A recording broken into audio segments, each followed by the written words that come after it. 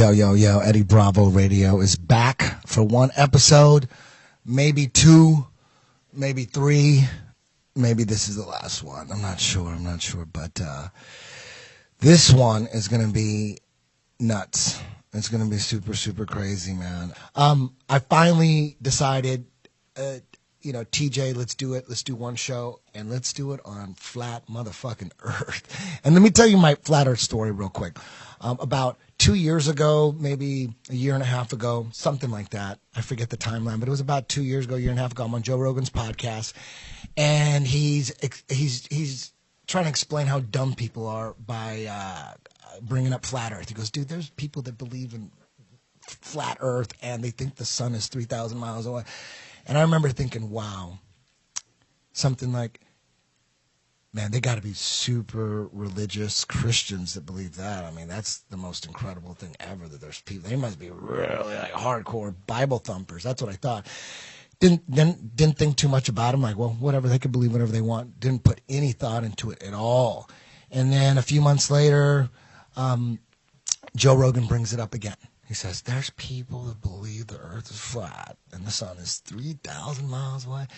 And I thought, wow. That must be like some kind of CIA psyop, like the new Scientology. You know what I mean? It's got to be something nutty like that, because how could anybody believe that the Earth is flat? It's ridiculous. And then time goes by, and I'm in class, talking conspiracy theories with some of my students, and my boy Manny, who's a total conspiracy theorist, fully like 100% awake. He's not like half awake.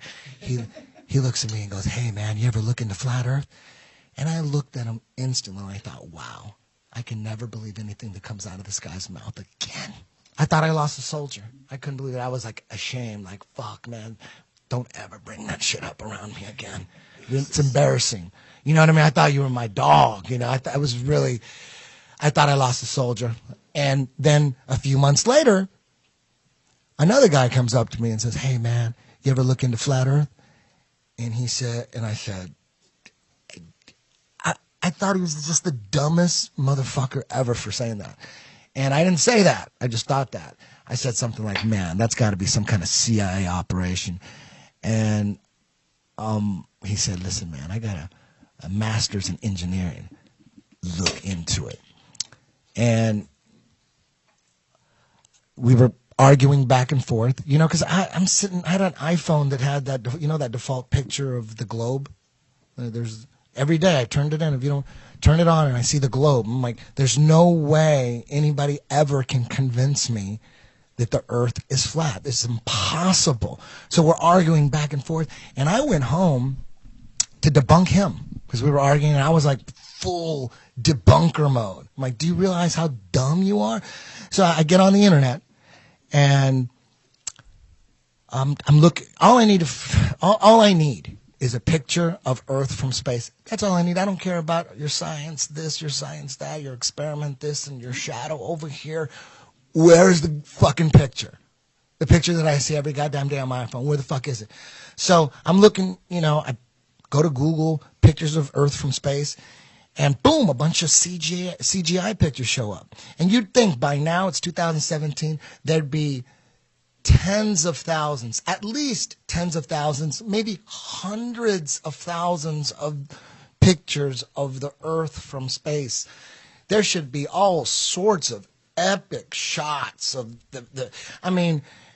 if you I have this old moon picture with all these pictures of the moon that were all fake and shit, and there's a picture that they took from the moon of the Earth, and it's so perfect. You see the Earth, like it looks like it's the moon. They're on the moon, but there's Earth. It's not the moon. So perfect, and they got this perfect picture of the entire planet, but it's been proven a fake.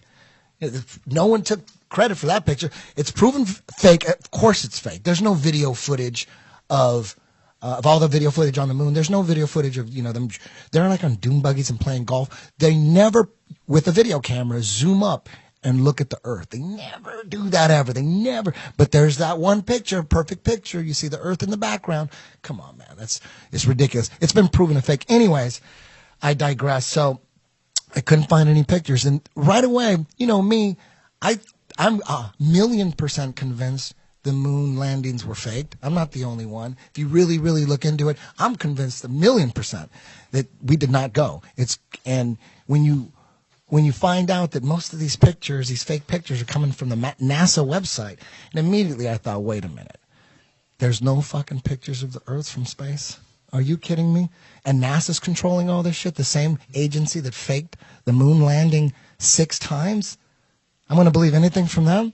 And that was it right there. Once I found out, I didn't care about those goddamn experiments. You look in YouTube and everyone's talking about, oh, if you look at the shadow of this right here, or, the curvature of the Earth, it should be 8 inches under the fucking water or whatever. Blah, blah, blah. I don't need to know any of that. I don't need to know any of that. All I need to know, where are the goddamn pictures of Earth from motherfucking space? And when you have all these debunking videos, these flat Earth debunking videos, and they're using all this, their version of science. Oh, it's, if the sun goes around this way and boom, boom, and 90 degrees that way, and you could tell if you got someone in Australia, boom, if they look up, like, dude, where are the motherfucking pictures of Earth from space? Why are you changing the subject? We haven't gone past that. What are you telling me that that's okay? We could just gloss over that? Oh, it's because the way they take the pic, they got an explanation. And they admit they're all CGI, except for one in 1972, which is fake. They have one picture. They say one is real, 1972. All the rest of CGI. Oh, because the satellites are taking strips of the Earth, and then they put them together, and then an artist puts it together, and then, because it's the strips and the camera's too close. Like, where are the fucking pictures of Earth from space? I want to see a picture. I want to see tens of thousands of them. I want to see fucking the sun over here and the moon over there. People should have posters and shit. All over the world, people should have these epic pictures of the Earth from space with the moon over here and the sun over there and the planets. There's none.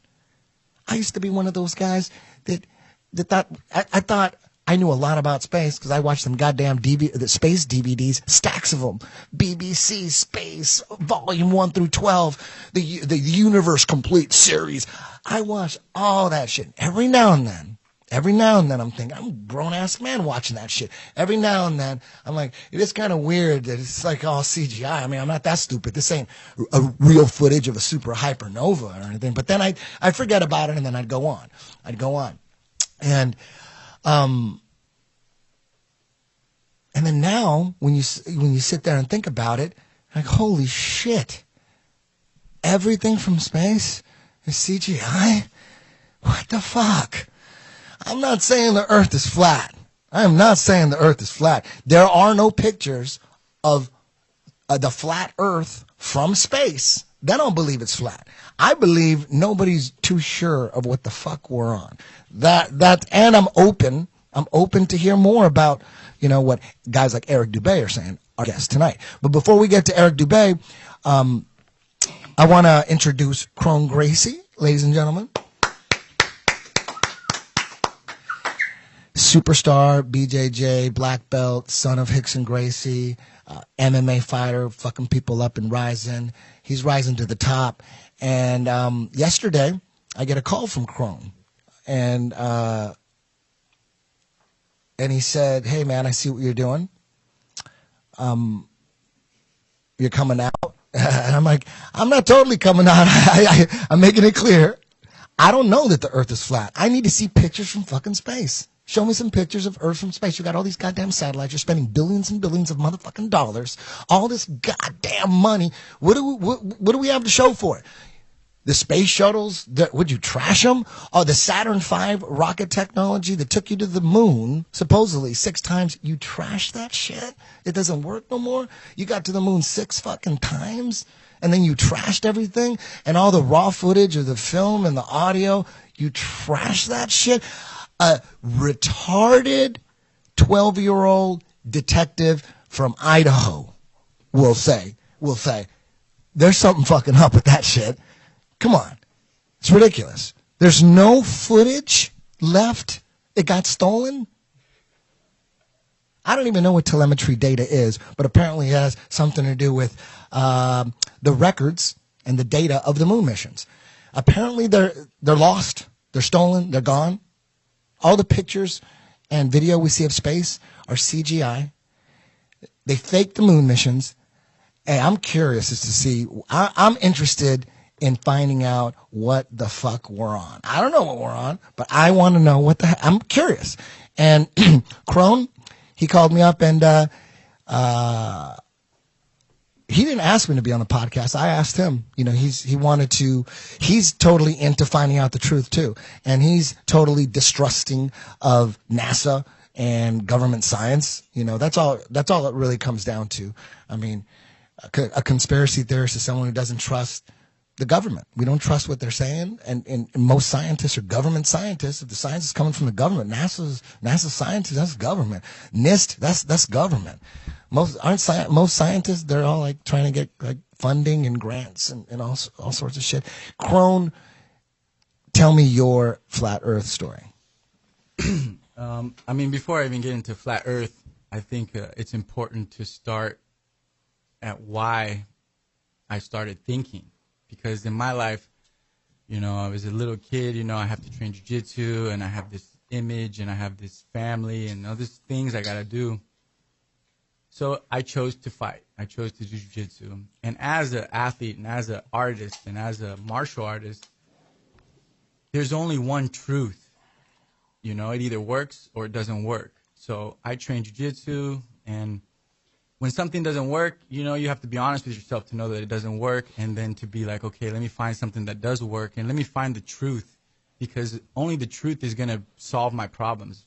Lying to myself and telling myself things that are not true just to make myself feel good about something is only going to build up later. So I have like my personality has always been like to find the truth with jiu-jitsu, find the truth, what really works, what really is true. And then I think just naturally that kind of just trickled away into my whole life, and I always kind of try to see through the bullshit and see through the games. But I was never really into conspiracy theories and like into that kind of stuff, or into being like protecting the animals or all this stuff. You know, as a kid I was like, fuck all that shit, it's all bullshit, I just got to do jiu-jitsu, I just got to fight, I just got to put my energy into this. And then as I started to fight more MMA, where I kind of stopped teaching so much at the gym and started putting less time into teaching, and I was focusing more on training and more on fighting and more on like traveling and go see Nick and Nate, 6 hours. Then you go to San Francisco, an hour and a half. So I spent a lot of time on my own, a lot of time driving, a lot of time to think. And I started to like, I don't know what, I think the first thing that got me that got me questioning stuff, first, my friend Murph, he told me about the chemtrails like years and years ago. And I was like, this is some bullshit. Are you kidding me? They're throwing fucking shit in the sky. I was like, no. And then he kind of broke it down and everything. And I was like, oh, shit, this shit might be real. And then the one that really did it for me was when I found out they put fluoride in the water. And then I was like, I can't believe they would do that they would put fluoride in the water and like purposely try to like calcify your pineal gland. So once I realized that it was on purpose, that it wasn't an accident, then I started to ask questions about everything. And I went through this fucking wormhole of all this shit. And you get depressed to learn about how fucked up the world is and learning about all this shit. But I'm at a point now where I'm at ease with it, because the only thing I can do is try to make it better. It's already fucked up, but it's like a good fucked up. It's like an interesting game we play, because the world's so fucked up, and it's like now we have our own roles. Who's going to try to save the world? Who's going to try to destroy the world? Who's going to not do shit, right? Who's just going to be there? So I've chosen to fight for something that I think is bigger than the Gracie family, bigger than MMA. I'm trying to fight for the truth for the next generation, so my nephew and the next generation has something to live. So after a lot of fucking conspiracies and shit and time, I got to the flat earth, and I was like, this is some bullshit. And then looking into it more, I believed in it for a while. I was like, oh, fuck, this might be true. And then I was like, nah, fuck that. That's not bullshit. I can't believe in this. And then I got back to it, and I started reaching. I actually seen a lot of your stuff, Eric. I've been watching a lot of your videos for a long time. I'm a big fan. But after a while, I realized it was true. And from what I've collected in the universe, from what I've seen, I think there's more things proving me that the Earth is flat than that it's spinning at 1,000,000 miles per hour, or actually 666 miles per hour, which is fucking interesting. And that we don't, like, it always was like crazy. Like, man, you're telling me that we're spinning, and then we're spinning around the sun, and the sun is shooting down this fucking shit, and we're just sitting here chilling on this podcast, like, no big deal. It's like, doop, doop, doop. Like, that's always been crazy to me. So I never, it was like just a baffling thing to try to grasp. And then, so now I'm like, I understand. I have like things that I really believe that the Earth is flat, more so than the Earth is round. And so I'm like that. I'm at that stage where I don't want to be the one to like be like, oh, you guys have to fucking believe the Earth is flat, blah, blah, because that doesn't do anything either. I think that we all just need to understand that the more we spark the truth, it takes time, you know, to get to somewhere where the things that I know, it takes time. It doesn't mean that it won't happen. It just takes time. So it's like, first you got to get into the moon landing. If you don't believe in that, then you got to research that. Yeah, that's the first one. Because if you research the moon landings and you believe we still went, then you need to, there might be Game of Thrones reruns tonight. You are not going to enjoy this podcast. But just because you believe that the moon landings were hoax doesn't mean you're going to, that's a big leap from the moon hoax to flat earth. That's huge. Most conspiracy theorists think the flat earth thing is not true. It's for sure. It's like a CIA psyop. That's what there's people think that Eric is a CIA shill and trying to spread disinformation. TJ, tell me you are not a flat earther, but give me your story. But I got questions too before we get into go for it. I got questions for Eric too, because there is some questions that I do have, so we'll get back to that later. But I'm not like, I look at what we have, and from what we have, from what information I have, I'm more on the side of flat Earth. But I still got questions, and I still am a student of the truth. And until somebody proves me differently, I believe in what the chips I've collected. TJ? I mean, here's the thing that's interesting about this whole flat Earth thing. I believe that the Earth is round. I've been told that forever. I have no reason really to believe otherwise, but I've believed a lot of things over the last 33 years that I've been alive, and a lot of those things have been proven not to be exactly accurate. When I was a kid, and I don't want to get all crazy, but like marijuana was treated like heroin, you know what I mean? And now you have people out there that are saying the same thing, that it actually is heroin, which is crazy. But we have state governments that are regulating marijuana, and the reason I bring up marijuana is because like it was such a bad thing for the longest time, and now it's helping local economies, and it's I mean, how many states is it legalized in? It's like 2 for sure recreationally already in the books. I think 5 or 6. Right, but now I mean California, it's pretty much there. Yeah. It's not on the books yet per se, but like my point is like we have this war on drugs, and then all of a sudden it's like, well, never mind. We're okay with it now. We're gonna make money and tax it, etc. It's just I'm using that as a example of taking a big leap from one stance to another, and that's different. But my point is, we are told for the longest time things are a certain way, and then we find out that the stance is softened, or just to me, like, you need to question things. You need to question things. Now, again, I think that the Earth is round. I have a bunch of questions, and obviously you're going to bring Eric on, and we can ask him. Because he's going to make some points, and I'm going to write down some more questions. But for me, I think that if you get like animated to the point where you're like, you're stupid, you're dumb, you're delirious, you're crazy, why wouldn't you just hear somebody out first? Do you know what I mean? Like, why would you not hear somebody out? And what's weird about this one is it's sweeping the nation. Like, it's sweeping the world. Like, so many people. Like, I think about, like, conspiracy theories. Flat Earth, to me, would be the most unlikely one. Look up at the sky. The moon, that's round. At least it looks round to me here. I mean, I'm curious. Does Eric think that the moon is flat? Does Eric think that the everything? There's a lot of questions. Right. There's a lot of questions. And my point is like, you're doing yourself a disservice if you won't just ask some questions to anything. Is the sky blue? What is blue? Is your blue my blue, or is it green? Not sure. But you know what I mean? Like, don't ever be set in your ways about anything. Yeah. My co-host is my best friend since I was 16. We moved to Hollywood together to be rock stars. Obviously, it failed. His name is James Watson. James, we never really talked about flat Earth at all. How are you feeling right now about it? Is it possible? I want to hear everything before I dismiss something. Okay. I want to hear everything. Okay. Do you think it's possible that, I mean, we were brought up with globes in school, and although we've never seen the Earth from space, Yeah. we've gotten fake pictures. Most space footage of space documentaries are CGI cartoons. To me, that's just a giant red flag right there, man. You got all these telescopes and billions of dollars. Just seems like a scam. Like they're just scamming money. Everything's just an easy scam. It's like they make way more money. They just faked it than actually went. Like maybe they were just lazy. You know what I mean? Like, shit, can we just fake this shit? People are going to die. I mean, we could get there, but damn, people are going to die. Why don't we just fake it and keep all the money? It's a way better plan. Anyways, I'm going to introduce our guest.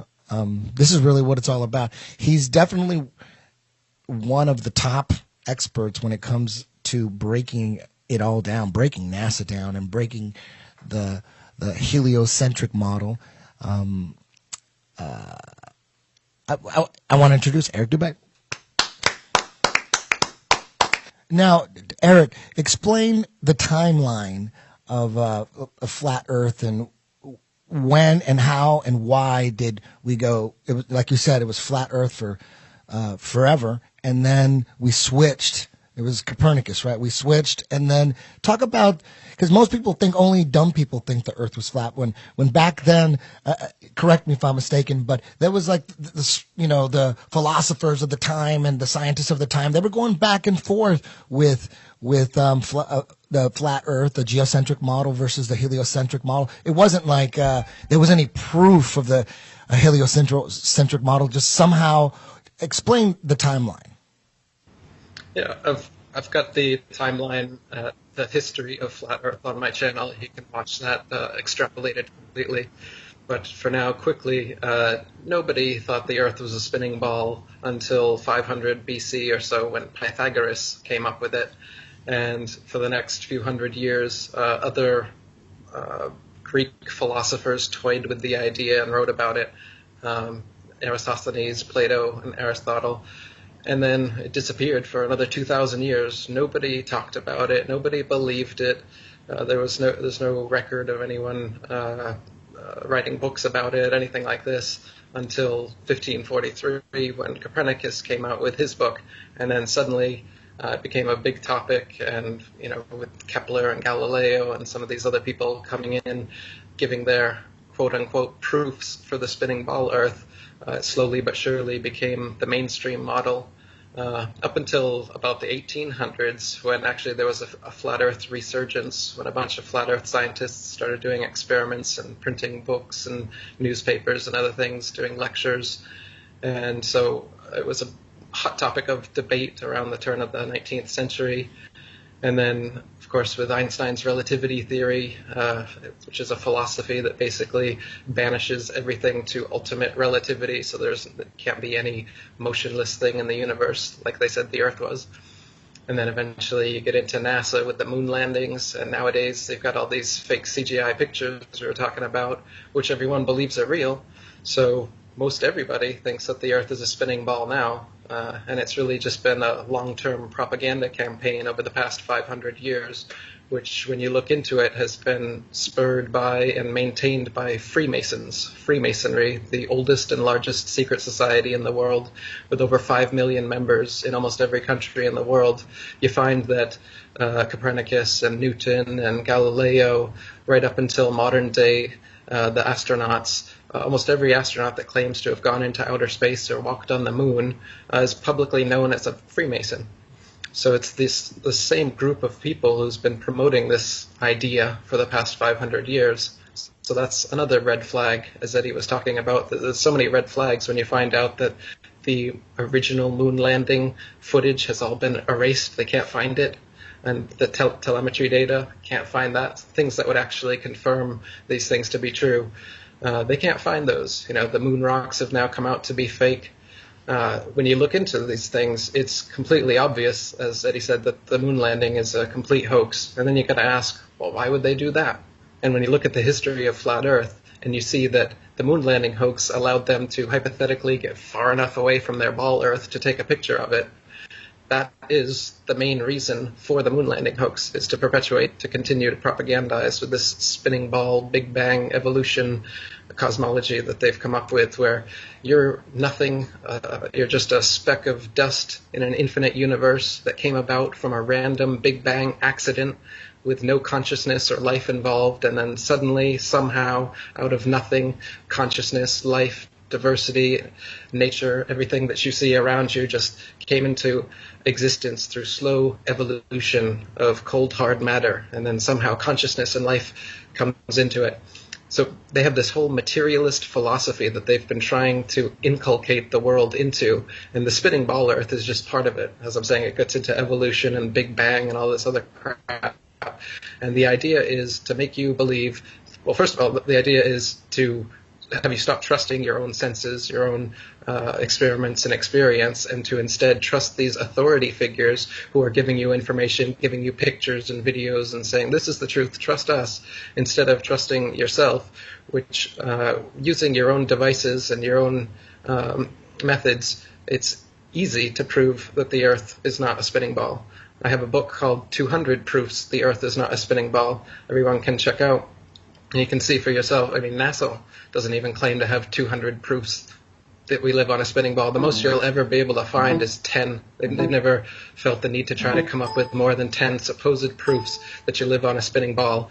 And in my book, I debunk all 10 of those, and I give you 200 of the opposite reasons why we're obviously not moving. We're motionless, just as you said. We're sitting here doing this podcast. You don't feel like you're spinning around an axis at 1,000 miles per hour around the sun at 66,600 miles per hour, while the sun is also moving. So it's not the heliocentric theory anymore. Now it's the acentric theory, because they don't know what the center of the universe is. So the sun is also traveling 500,000 miles per hour around the Milky Way galaxy, and the Milky Way galaxy itself is shooting millions of miles per hour off from that Big Bang that they say happened 14.7 billion years ago. They know exactly how long ago it happened too. They can make up these huge distances to the stars and these huge numbers of how far things are and how these timelines, because it's bullshit, because they just make it up. It's been getting longer and longer as they go. If you look at Copernicus's figure for how far away the sun supposedly was in his model, it was only a bit more than 3 million miles away. But then you go to Newton and it was up to 26 million, and you keep going. At one time it was over 104 million, and then they've brought it back down to 93 million right now. That's where we're at now.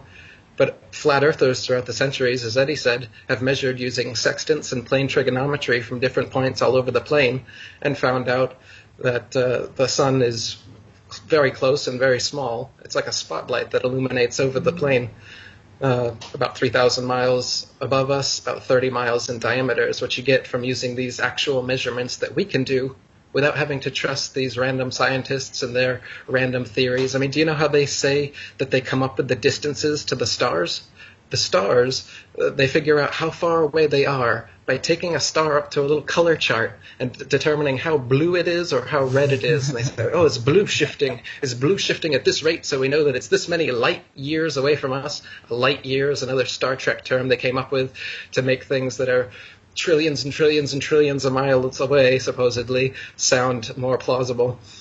So, again, they just... It's magic, you know. Oh, it's 10 trillion light years away, and we know because of the gradient of the blue on the redshift on our little color scale. Yet you can, with a telescope or with a zoom camera, with your own eyes, look at any star any night and notice every single color of the rainbow and watch it fluctuate through all colors like a pulsating disco ball. So for them to claim that they're able to gauge star distances based on color, this is just par for the course of the kind of pseudoscience that they feed you with a capital S, calling it science. I'm already convinced. So I mean, since I already have done my research and I already get past this point of, I do believe the Earth is somewhat flat, from what we can see. But I have a couple questions. One, so the stars are just lights.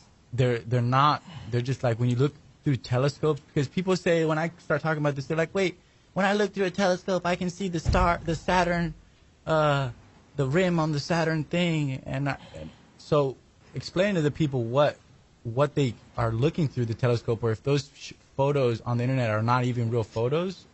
Can you look through a telescope and see the rim around Saturn?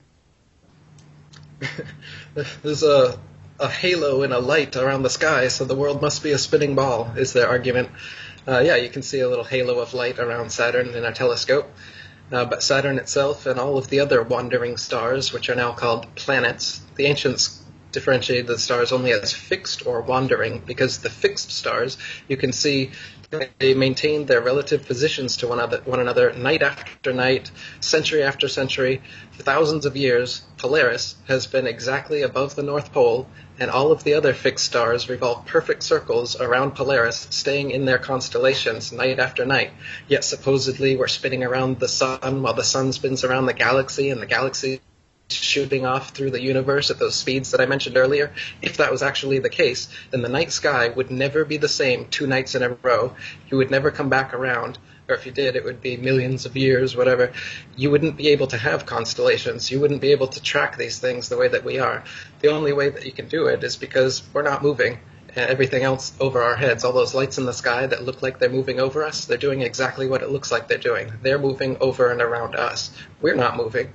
You look at the sun move over and around us, and then you see the moon come following a similar path at a similar speed. But NASA tells you that moon is rotating around us. But this Earth we stand on, is rotating around the sun. But you can see for yourself that that's not the case. Just like you can feel for yourself that we're not moving. Just like you can see that the horizon is perfectly flat. Just like you know that water always finds its level, and Earth is 70+% water. You know that water can't conform to the exterior of a shape.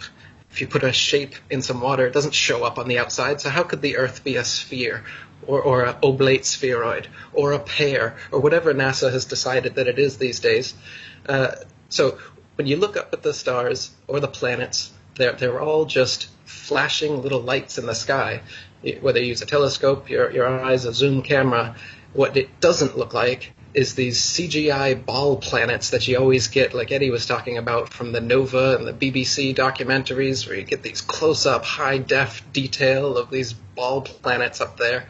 No matter how good of a telescope you look through, all you're going to see is a very plasmic, watery light, water mixed with light, flashing disco ball effect with all the different stars and planets. Now, to see that and to think, oh, well, that means I'm on a spinning ball, just makes it's a logical fallacy, first of all. And second of all, you can see that these things are not physical, tangible things that anyone would be able to land on. For instance, the moon, you can see blue right through it during a waxing and a waning cycle. Stars have been seen through the moon. You can see the blue of the sky or stars that are behind it. So how could it possibly be a solid object that people could land on when we can see through it for yourself? Anytime the moon is in your vantage point during an afternoon, you're going to be able to see it. And the way that it fades off, it's nothing like a physical object that we know of. So you don't have to ask me if it's flat or is it round. I don't know what the moon is. I don't know what the sun is. But I do know that the Earth is flat. I have 200 plus proofs for that. I heard Eddie say that there's no proof the Earth is flat. I don't know. Well, I do know. I'm absolutely sure the Earth is flat. And if you check out my channel, check out my websites, I've proven it over and over and over again. It's the one thing you can know for sure in this lifetime, is that the Earth is absolutely flat and motionless. It is the most easily proven conspiracy, and that's why it's taking the world by storm, as one of the other panelists said earlier, is because it's so easily proven. It's not like the JFK assassination, where you could, like Eddie was saying, you could spend your whole life trying to look into that and trying to figure out the ins and outs of it. And it's easy to find out that was a conspiracy, that it is not the way that they told us it was. But to find out exactly what it is, that's difficult. But with the flat Earth, it's not. It's simple. It's here every day. You can perform experiments yourself anytime you want to. People are doing it every day. There's YouTubers, Facebookers, all over social media that are doing their own experiments, proving over and over again that the Earth is flat and motionless. Meanwhile, NASA's running with their tail between their legs in damage control mode, trying to say that they've discovered gravitational waves and 7 new Earth-like planets to try and keep the sheeple in line. In reality, the world's waking up, and Eddie Bravo and you guys, Cron Gracie, it's great talking to you too. You guys are all legends. You guys are helping bring this out. Like you said, us martial artists here, we're truth warriors. We're more than just here to compete and win for the glory of making it first or whatever. How about actually getting the truth out? This is what's most important. I've scaled back on my martial arts training and teaching a lot so that I can do this. I think it's more important. I think this is the most important thing that I could be doing right now. I think this is the most important issue anyone can be talking about right now, because we've been lied to for 500 years, and when you get this out, it's like a balloon rising to the surface being held underwater for 500 years. Water's going to splash all over the place, and it's exactly what we need in this fucked up world that we live in, where they've been lying to us in school, the entire media is controlled, the governments are controlled, and it's all part of this system, and this easily proven conspiracy of the flat earth brings that all to the forefront so people can see clearly that we have been lied to. This shit's real. And so I'm, big kudos to you guys for doing what you're doing. It's difficult to get people with any sort of fame, any sort of following to come out about these things.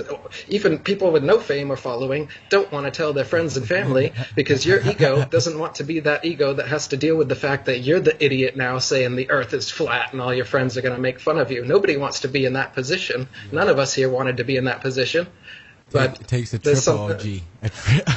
You know what? I've been just abused on the internet for so long that you can't hurt me no more. My skin is thick like bamboo. I'm curious, real quick. So, like, if this is a conspiracy theory, like, why try to get everyone to believe that the Earth is round? That's my big hang up on this. Like, what is the benefit for, and who is it for the world to believe that we're on a round ball? Well, nowadays, NASA gets $50 million a day for those fake CGI pictures that they give us. I mean, isn't that a good reason? $50 million of taxpayers' money being stolen so that we can get Hollywood in place. Isn't that new, though? Like, the whole Earth being round, if it's a conspiracy, it's gone on for 50-plus years. Like, that's modern day why it makes sense, but why would it make sense back in the 60s? Sure. Well, it makes sense going back as far as you want to, because if you want to control a population, do you think you go and you tell them exactly the truth about everything that's going on in the Earth that they're living in and how they came to be and what their place is in the cosmos? Do you think it's a good idea to tell them exactly what it is? Or would it be a better idea to tell them the exact friggin' opposite of what it is and make them believe that, so that it disempowers them, so that it turns you into the authority, so that all their information about space and the planets and cosmology and where we came from and where we might be going and who humanity really is comes from these few people: Neil deGrasse Tyson, Brian Cox. You get your little spokespeople, and they are now the purveyors of all truth off of this flat world that we live on, trying to tell us otherwise. So firstly, it sets up your Copernicus and your Newton and your Galileo and all of these Masons throughout history as being the saviors of science, as being the most trusted authorities, as being the initiators of Renaissance and starting this whole new way of correct thinking. So obviously, if you're going to control people, you have to lie to them. What's the biggest lie you could possibly lie to them about? This is it. But beyond that, I understand that people have to ask why, and it's perplexing. Oh, why would they do it? And you get caught there. But think of a detective coming upon a murder scene. Like I told you, I've got more than 200 proofs. You could spend days and days and days online seeing proof after proof, experiment after experiment, or you can just use your own eyes and experience and figure out that, of course, the Earth is flat and motionless. But you can do these things, but instead, what most people will do is they will wait until they can think of a motive that makes sense to them for why something like this could possibly happen before they will even take a minute to do some research about it. And I'm not saying this about you. I'm saying this about this general question that gets asked over and over again. A detective doesn't sit there at a crime scene covered in blood with corpses everywhere and say, I'm not sure if there was a murder here because I don't see the motive. What they do is they gather evidence and they figure out what is actually going on in the crime scene. And that's what I did, and that's what all flat earthers did. They bypassed their cognitive dissonance. They bypassed their what they thought they knew long enough to look at the evidence, not to look at a motive. We can look at that later. But look at the evidence first. If a lot of you people listening now are caught up on this, I can't see why they would. What would be the motive for doing this lie? Bypass that for a second and look at the evidence, because the evidence is there that they have lied. We can worry about why later. Let's look at the evidence. Yeah, I agree with that. Now I have a question for you. What do you think about Admiral General E. Byrd?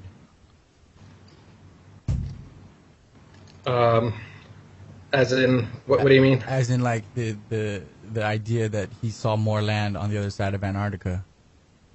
Yeah, well, he said that there was more land past Antarctica in places that we hadn't discovered when he went down there. He said that on national television, and that there was more resources. And then suddenly after he made these claims, there was an Antarctic treaty between all these countries, and suddenly nobody's able to explore Antarctica anymore.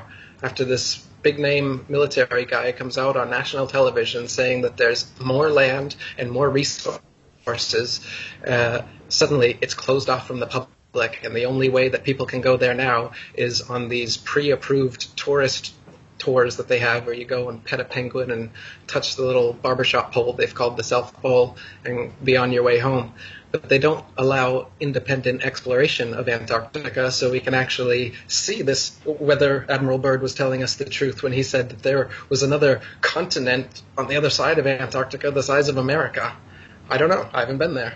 Yeah. Just like people say, is it an infinite plane? Is there an edge? Is it a dome? Is there a barrier? I don't know. They won't let us go. Before we get any further, let's can we have him talk and pull up the flat Earth model at the same time so people know, because you know what I'm talking about? They need to see what it actually looks like, because people are thinking right now, wait a minute, how does the sun go around a flat Earth? Does the sun go under it? That's the main thing people get confused on, is what the flat Earth model really is. Yeah, give me a second here. Let me do some Skype finagling here, and we'll get that rocking. I got one more question before I forget it. This has been a question that I thought about, because I'm looking up at the moon, and on the flat Earth model, it's like the sun and the moon, they circle around.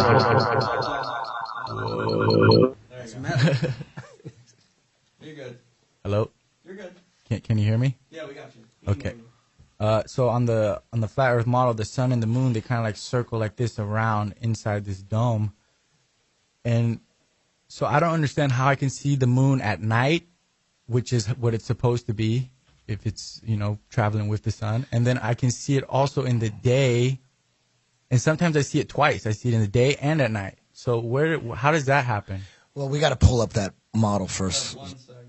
Okay, here we go. Okay, if we could show that to the audience while he explains. This is just the basic model. We're not saying you agree with this one. There's all these different models, but this is the basic one. Can you see this, Eric?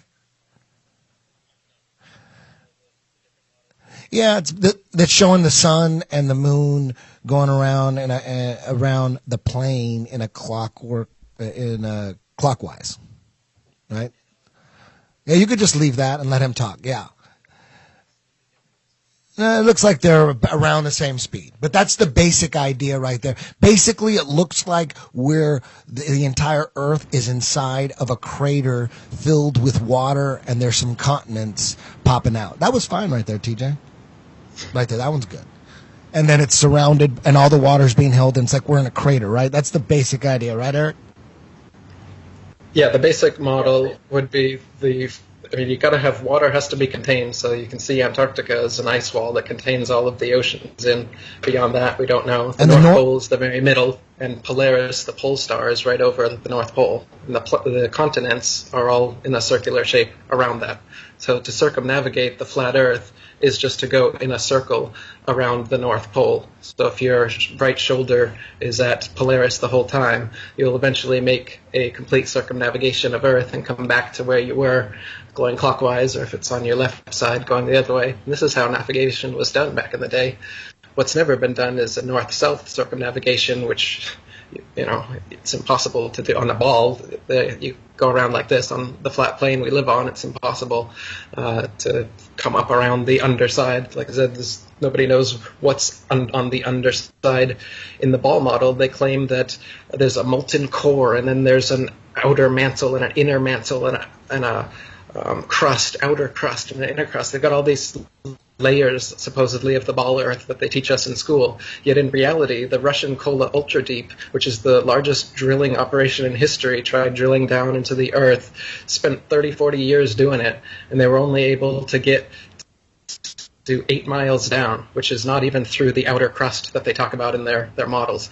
So they don't know that there's an inner crust and a molten metal core and all this other crap that they go on about. It's completely hypothetical. They just put it in the textbooks and then everybody parrots it. But the reason you got to do it is if you're on a ball and you know that there's magnetic north, you got to come up with some excuse for it. So they say that there's magma somehow turning into magnetism, which never happens in the real world, and that causes the north and south poles to constantly move, so we can never identify where they actually are. This is a convenient excuse for why you can't go to their ceremonial South Pole with a compass in your hand and walk 360 degrees and have north be straight ahead of you. They give their excuse that, oh, it's constantly moving because of the magnetic core and all this crap. But the North Pole doesn't move. The magnetic, everything is pointing towards it, and a compass only works on a flat plane. Imagine if you were in Australia or somewhere else, hanging upside down, as they tell you, on a ball, holding your compass flat, and it points straight ahead of you at north. Wouldn't north be up in outer space? How could north possibly work on a compass? This is just one of many, many proofs that the Earth is flat and motionless, just as it appears, just as we know. And the model you may be looking at, watching the sun and the moon going over them, they do circle around us in that way, but the sun is slightly faster than the moon. The moon takes about 25 hours, or the sun takes 24, and the moon's time changes about 10 minutes over its cycle. So they will pass each other, and you will see the moon during the afternoon, or even during the morning sometimes because of this. And so that's the actual model. They don't. A lot of the models, the computer models people have made, have them going perfectly opposite, and it's not perfectly opposite. They pass. So basically, in the flat Earth model, it's like we're in a crater, and the North Pole's in the center, and there's got to be some kind of like powerful magnetism going on for compasses to always point to the center of this plane that we're on, right?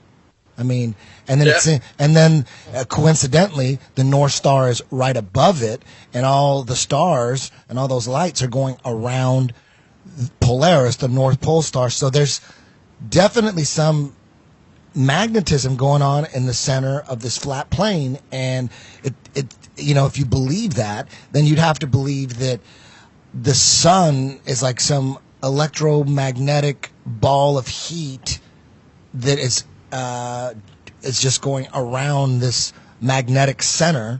And the same thing with the moon. The moon must be this like light object or something, right? Because the one thing before I got into flat Earth at all, before I started, for years, the moon baffled me when they would say that the moon doesn't spin.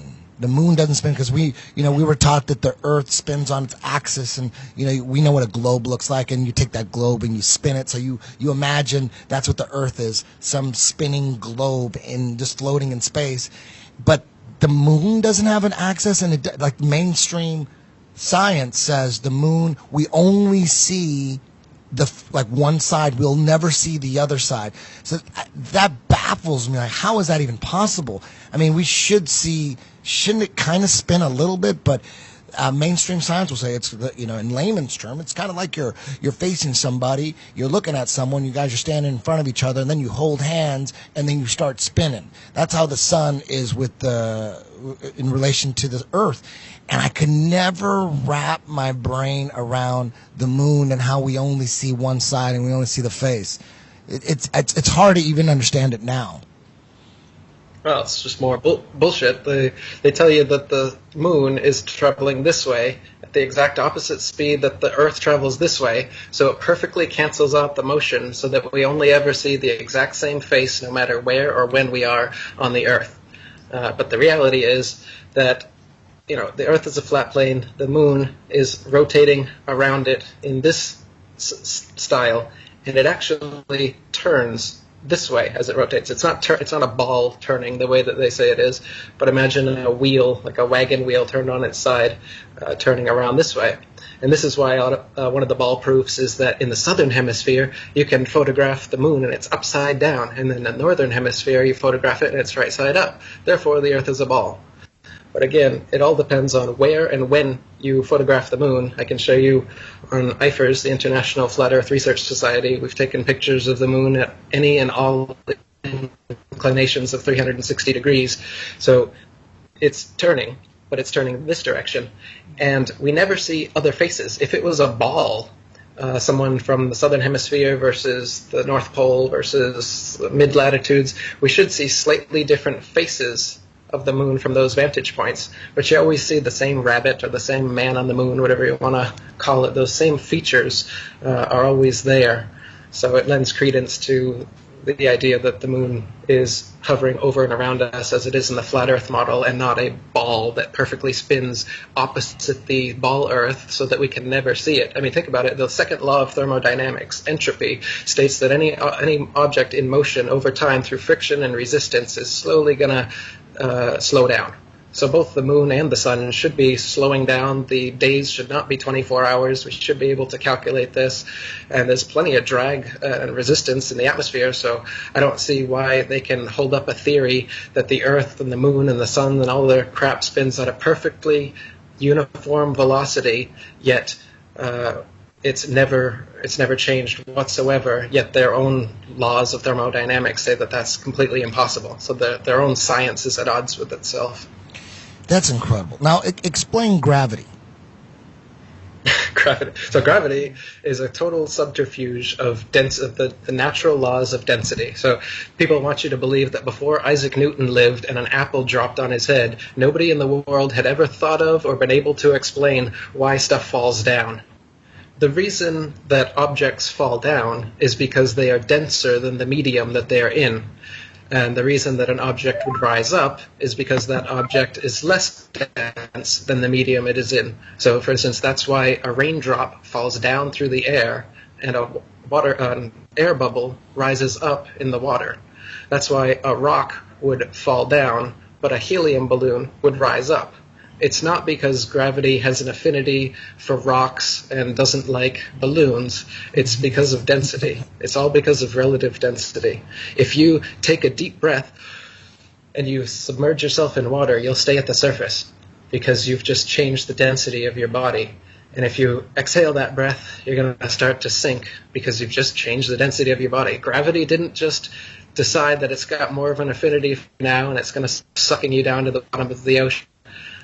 All about density. So gravity is just complete bullshit that Isaac Newton made up so that Copernicus's spinning ball model would make any sense. And they said, oh, well, the reason things fall down is because there's this sucking force that pulls you to the center of massive objects. And of course, if that was the case, then we would be like magnetized to the Earth, and just stepping your foot off of the Earth would be like taking a heavy magnet off of a refrigerator, and stepping back would be like putting it back down again. And of course, they don't have a single example of any mass, by virtue of its mass alone, causing some other smaller mass to spin circles around or to stick to that mass because of its gravity. They say gravity just spontaneously happens when something's massive enough, and then non-massive things will either start spinning around it, like the planets, if that's what they want it to do, or they'll stick to it, like people, buildings, and the oceans, if that's what they want it to do. So gravity's their mythical magic force that causes us to stick to the mythical magic spinning ball Earth, when in reality, it's simple science. The natural physics of density and buoyancy determine that heavy things fall down and light things rise up. And they've been teaching us this crap in school since we're like 7 years old, so that we'll believe that oceans and buildings and people in Australia won't fall off the bottom of a ball. Ooh, that was a pretty good explanation. Now, what about Einstein's theory of relativity? How do you see that? So, like I said, relativity came up when the flat Earth movement was starting to grow at the turn of the century. Everyone was turning to flat Earth, and so they were in scramble mode trying to figure a way to get everybody back in their fantasy worldview. And so they came up with this philosophical idea of relativity, which banishes any non-moving object to obscurity, so that they say everything's moving, the Earth is moving, the stars are moving, the sun's moving, everything's moving, and that motion is all relative. So you can't say anything is stationary, and you can't even say anything is central. That's when they got rid of the heliocentric theory too. Oh, we don't know if that's the center. So it's relativity is just another philosophical subterfuge to get people to disbelieve their own senses and start to think that, hey man, it's all relative. It's like everything's moving, so you don't know if you're moving. You wouldn't feel it. That's why you hear from all these people like, you think it's motionless because you can't feel the motion? Stupid. Like, it's so stupid to believe your own common sense. But that's what they've done. They've made it ridiculous to believe your own common sense, because we've all been taught since we were little children that of course that we're moving around thousands of miles per hour. So relativity was just the next step, and just like NASA, the moon landing hoax was the next step. Shortly after that, they got to keep. Well, nowadays, like I said, the gravitational waves apparently they found in 7 new Earth-like planets they just found last week. They have to come up with their damage control nonsense to keep spinning the fairy tales so that the entranced sheeple won't wake up to the flat Earth truth. And they've been doing it for 500 years. Relativity is just yet another step along that path of damage control to try and prevent people from understanding the truth. Yeah, I think that for me, my life is like really big on intuition and how I feel and what I sense. I'm kind of a sensitive person, so I trust my feelings and my intuition over anything. And right off the bat, I don't think that the Earth is spinning. It doesn't feel like we're spinning, and that's just off of my intuition, no science behind it. And when I go up in a plane and I go really high, I look out and it looks all flat. And one thing that I've been thinking about recently that I kind of started to feel I didn't realize before is when the sun is at 12 o'clock and it's midday, the sun is blazing hot. And then at 6 o'clock, the sun is already not hot as much. So if the sun was so far away, it shouldn't change temperatures off a little churn. You just turn a little bit. Now it's like a lot different of a temperature. It's a lot different of the rays.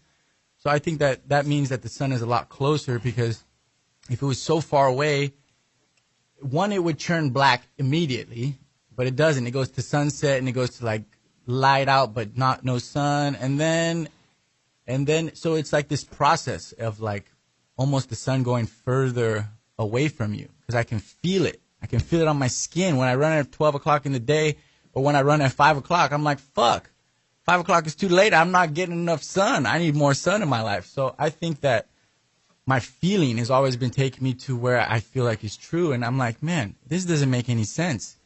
Because one, I don't feel like we're spinning. I don't feel like when I go up in a plane that we're on a ball.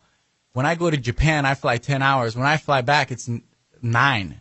It would be twice. It would be 5 hours to get there and then 20 hours to get back. It would be such a big difference in the time it takes to get to places if the Earth was spinning. But since it's not spinning, it's basically the same time. Imagine going to Australia and then coming back, it's the same time. It's like, wait, what about the fucking spin?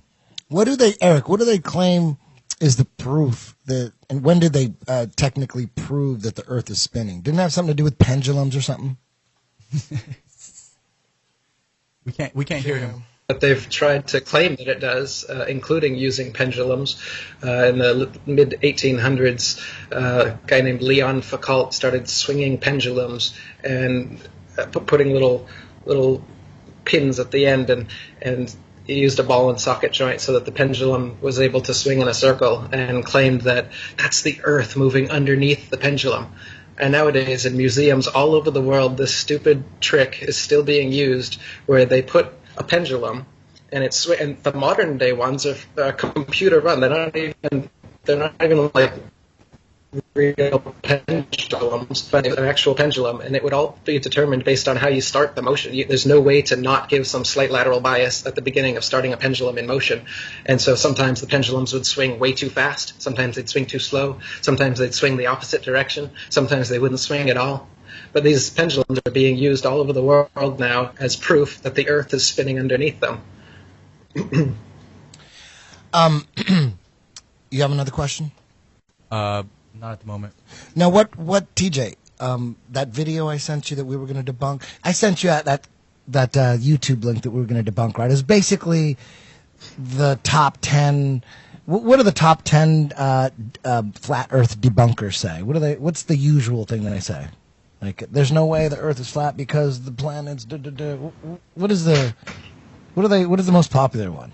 So, I mean, I'll go through a few of them. The ships over the horizon, they say that when a ship is receding away from you, the hull disappears before the masthead, and it slowly goes up like that, as though it's going over the curve of the Earth. And that was one of Aristotle's first proofs that they used for the ball Earth. That was before telescopes, binoculars, or zoom cameras existed. Nowadays, you can test that for yourself. You watch any ship going away from you until it completely goes over the curve beyond the horizon where you can't see it, and then you take your zoom instrument, and you'll be able to zoom completely back on the ship, hull and all the way back into view, proving that when something disappears beyond the horizon, it hasn't sunk below the curvature of a convex sphere. It has simply gone beyond your perspective as far as the law of perspective allows. So just depending on the strength of your instruments, your height, and the conditions of the atmosphere while you're watching, you'll be able to see a shorter or further distance. And when the sun is going away from us, as Crone was saying, we're not spinning. It is literally going away from us. And just like a plane or anything else, it starts to go down on the horizon, down, down, down, until it completely disappears. Now, those planes that are doing that are not about to crash into the Earth. They're not curving under the ball. Otherwise, you'd see the bottom of the plane. You don't see the bottom of clouds either. Clouds curving over. What you see is point perspective. Like any artist knows, everything converging to the one center point of wherever you're looking at that time. Just like in a narrow hallway, the edges, the sides come in to a point, the ceiling comes down to that point, and the floor rises up to that point. And that's just how our vision works. And that's why a boat going away from you seems to disappear over the curve of a ball. If you've been told it's a ball, then that's what you're going to believe. But if you get out a zoom camera and you zoom the entire thing back into focus, then you can see that's not what happened. And with the sun, as the sun is dipping down, you got to get a really good camera, but it can be done. And there are examples of this on YouTube. You can zoom it in, and the sun, which was either completely disappeared, half disappeared, you name it, on the horizon, will rise up on the horizon. The sun hasn't risen up. You've just changed your perspective by looking at it through a zoom camera and brought it back into focus. This is because it's moving away from you, just as we were talking about. So this is one of the arguments. They say that the shadow of the ball Earth is on the moon on an eclipse. That's how we know that the Earth is a ball. First of all, you don't know that that's a shadow. All you see is that the moon is being covered up by something. And second of all, just that darkness happening doesn't send the sun and the moon both in the sky while an eclipse happens, which means they're not 180 degrees apart from each other, and the sun couldn't possibly be casting the Earth's shadow onto the moon, so you got to come up with a different explanation. ancient cultures throughout history have had an explanation. It was called Rahu, the black sun. And they said that there was a third body in the sky, which is a dark body, the same size as the sun and the moon, and it eclipses them. They lie to you and they say that the sun is 400 times larger than the moon and 400 times farther away, and that's why they look exactly the same size. Yeah, that just was like crazy. they say the moon turns at just the right rate so that the earth is turning and you don't see it. They have all of these convenient explanations to explain away your common sense like this. You can see for yourself that the sun and the moon are about the same size. You can see that they travel about the same path. Upside down, so you have no friggin' idea what is going on here. You have no idea what's important. You have no idea what science really is. You have no idea what truth really is. So you're an absolutely malleable, pliable slave just they want you to be. And that's the real reason. But it's really difficult to tell people who are just getting into this, and they want to know why. They want to know why. They haven't even looked into the evidence yet. But when you do look into the evidence, you find out the truth. You're going to find out more and more that this is a total method of control of the world. It's world domination. The psychopathic desire for thousands of years, it's come to fruition. A group of psychopaths has made this happen. They do rule the world. That's a whole other subject that you can get into once you find out that you really have been lied to and who's doing it and why. What is another truth or another point that ball point that they bring up? Yes, for why give me the another Earth is a ball. A Coriolis effect. They say that storms in the other hemisphere rotate counterclockwise, and toilets in the north hemisphere rotate clockwise, and the other way in the south hemisphere. So you can flush your toilet, and that's proof that the Earth is spinning. But really it just depends on the shape of the basin and the way the water is entering it. So a sink or a toilet in the same household could spin opposite directions depending on how the water is coming into it. So storms don't only spin clockwise in one hemisphere and only the other way. They do seem to show them the majority of time being that way to bolster their model. But you can find many examples of the opposite. And if there's an exception to the rule, then it's not a rule. And it can't be used as proof that the Earth is spinning because all these storms are supposedly spinning this way. So what people tell me a lot of times when I start to talk about this, they're like, yeah, Cronin, all these facts, they might be true. But on a molecular level, you know, everything is round. They're like, oh, everything is round. Like when you go down to the atom, everything is round. And it makes sense to me, like, yeah, everything is round. But I don't think that the world is not necessarily round. I just think that what we live on is flat. So I've just given you a little idea, if you guys can see here. So we all have eyes, right? Our eyes are the center of everything. You know, when you look in somebody's eyes, you can read them. When you know, everybody has eyes. So it's like the opening for you in this world is your eyes. Everything is about the eye. And then the eye looks kind of like this in my drawing, right? It's an eye. Yeah. You got the shell of the eyelid. Uh-huh. Then you got the color, which is the line. Then you got whatever the fuck is holding it. So I believe that we are on a big eye. And this is the color, is where we live. We're in this dome over here. And whatever something's containing, or I would think it's containing all this. And I don't know what's on the outside. There could be a bunch of eyes. There could be eyes all over the place in these little domes.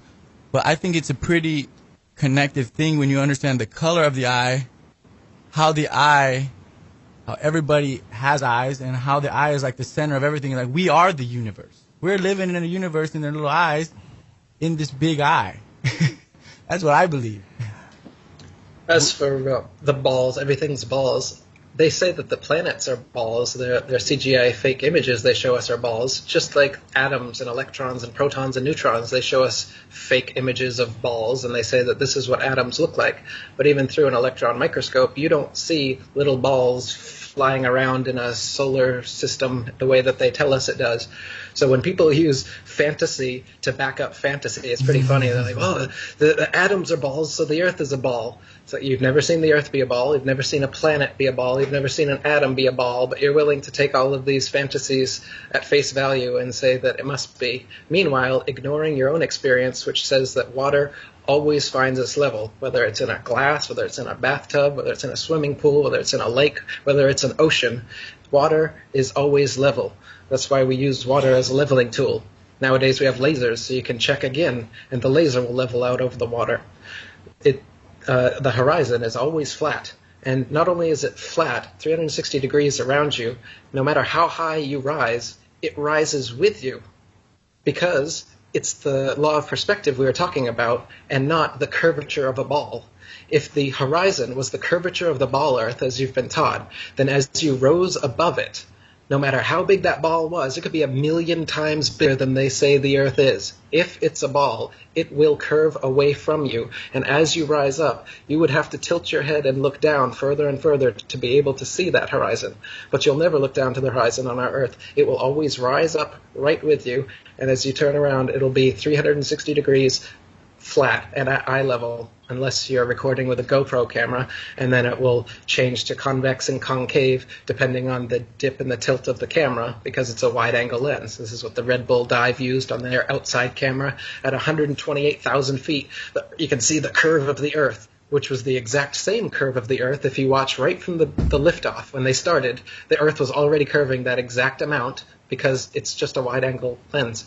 And then as they go up 128,000 feet, horizon's still there, and then the inside camera gives it away, which was not a wide-angle lens. As they open the door, parallel, right at eye level, the horizon is totally flat. And then when they go to the outside camera, boom, curved just like that.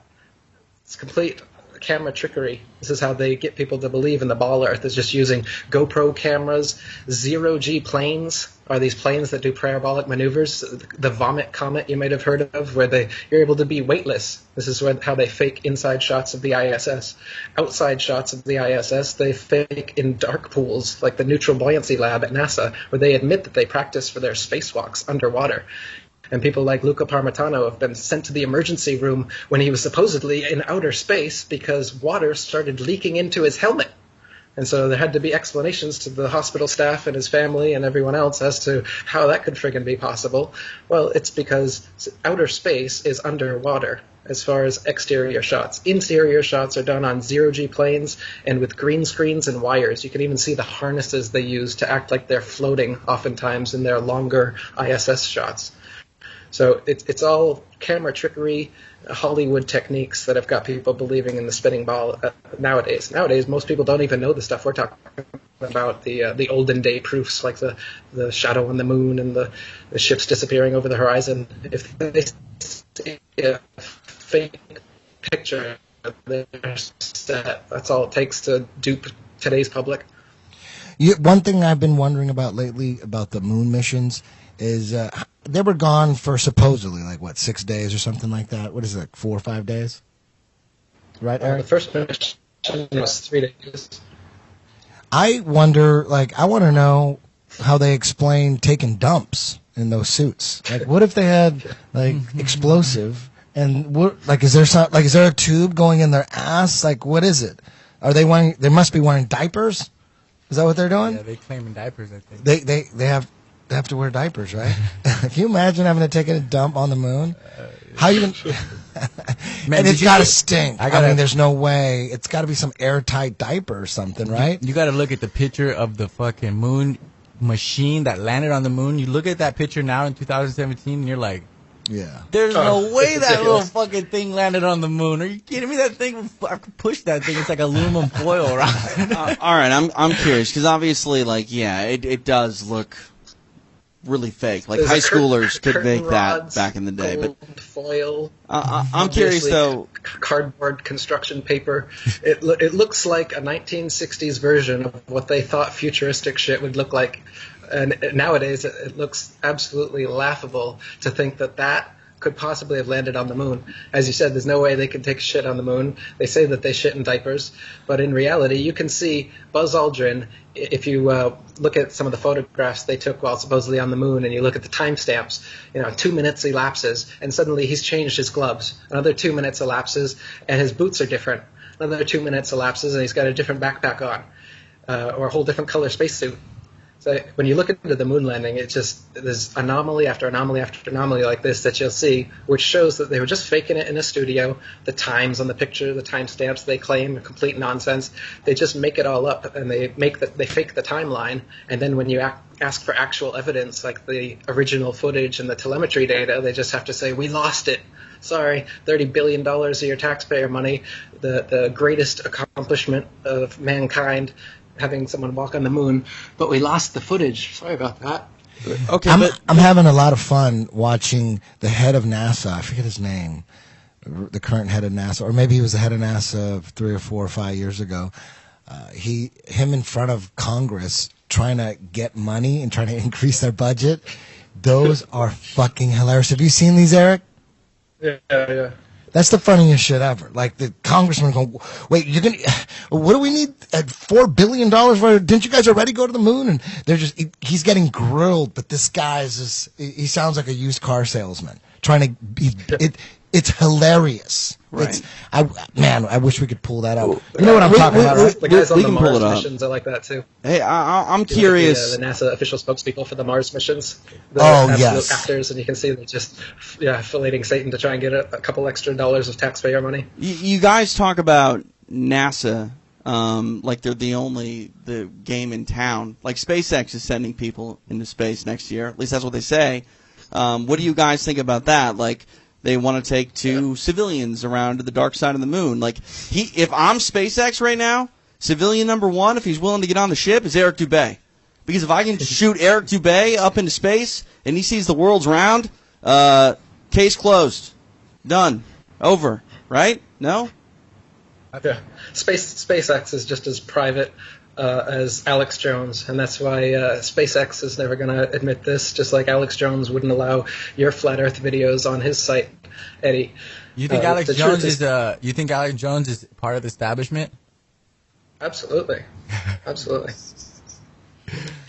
He's just feeding I us. know him. I just don't think so, because if he is controlled opposition, they fucked up. Because don't you think the establishment, the globalists, the people in charge, don't you think they wanted Hillary to win and they didn't want Trump? Because that's why everyone's against Trump. The CIA is against Trump. Everybody's against Trump. The whole political system, the Republicans, Democrats, entertainment, it's like Trump was an accident. And if Alex Jones is controlled opposition, that's a big fuck up there, right? Because he was responsible for Trump getting elected pretty much, right? There you go. Alex is just as establishment as Trump is, but the establishment wants you to think both of them are anti-establishment. And that's how their WWE game works, where they give you their polar opposites and you pick one or the other, and you're controlled either way.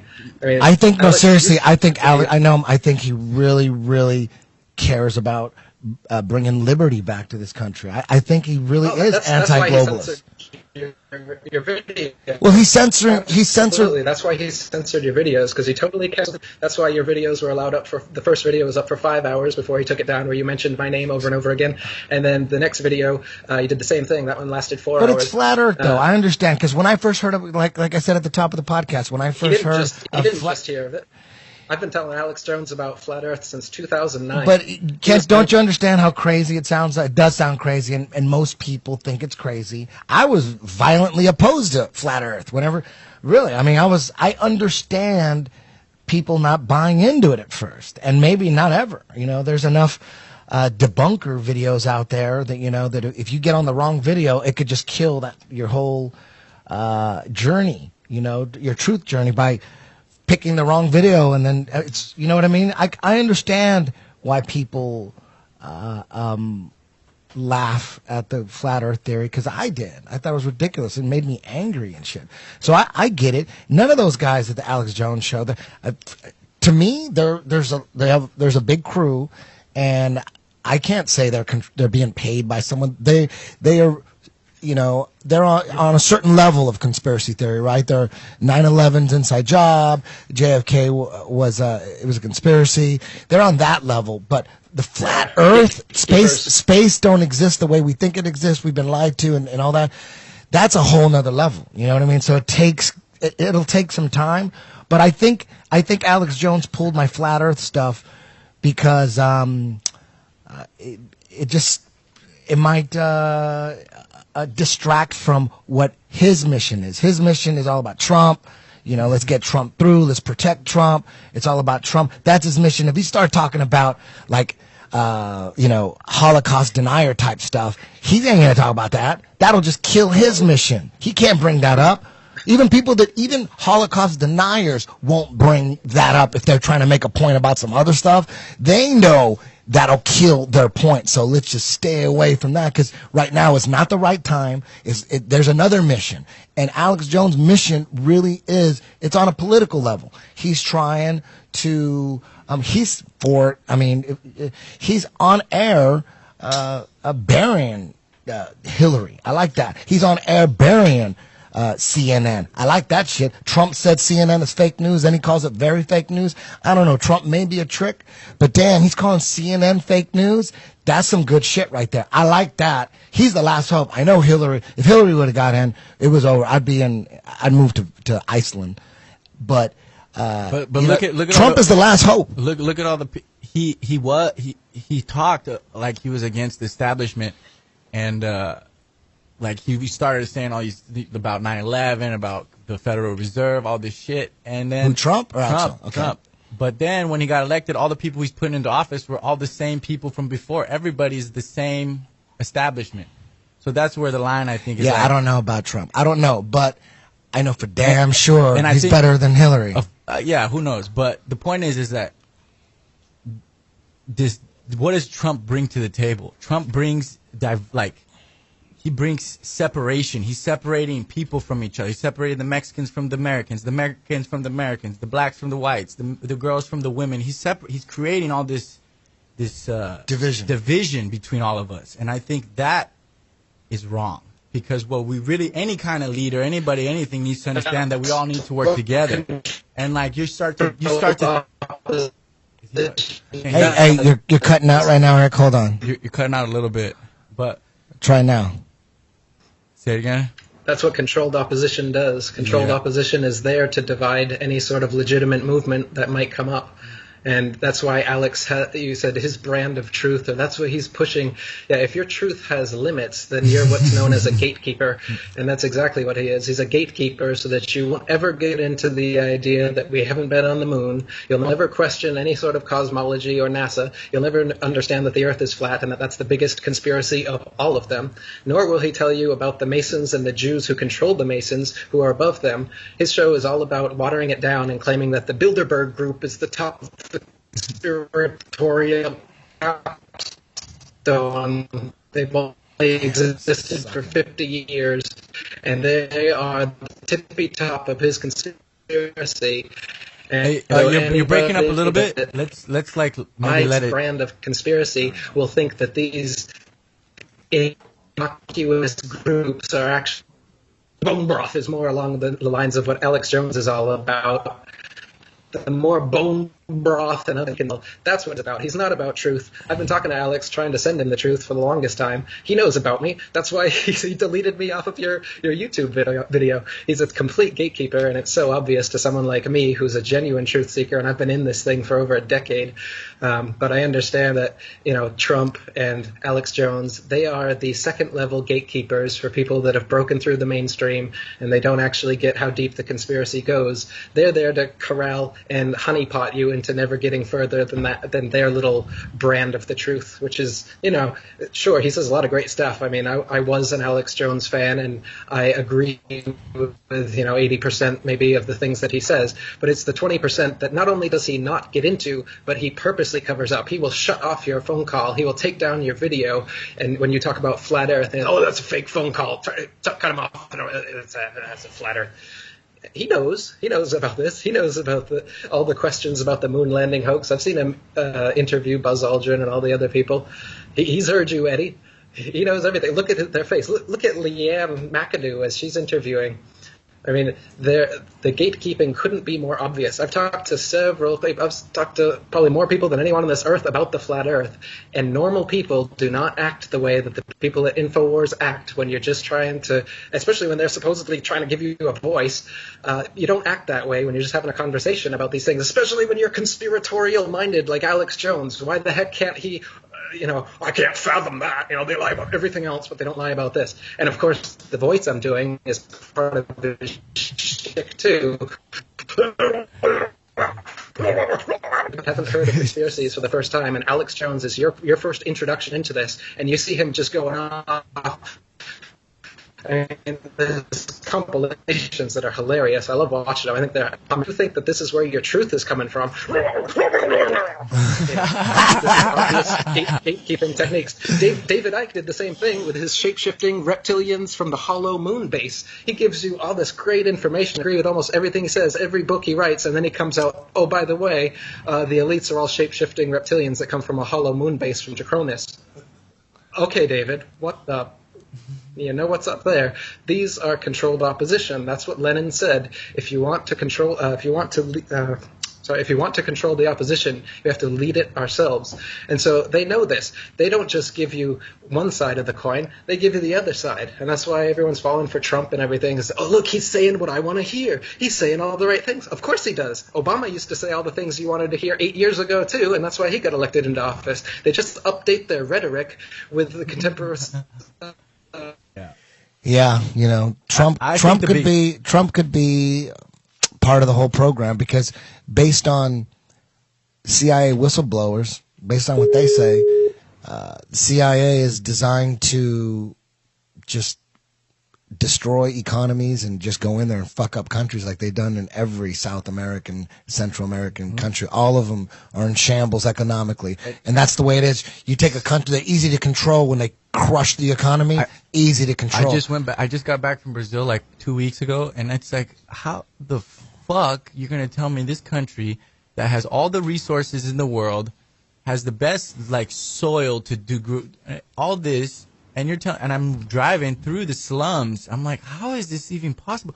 How did this get this way? Obviously, this wasn't an accident. It's not a complete shambles because it is an accident, because accidents correct themselves.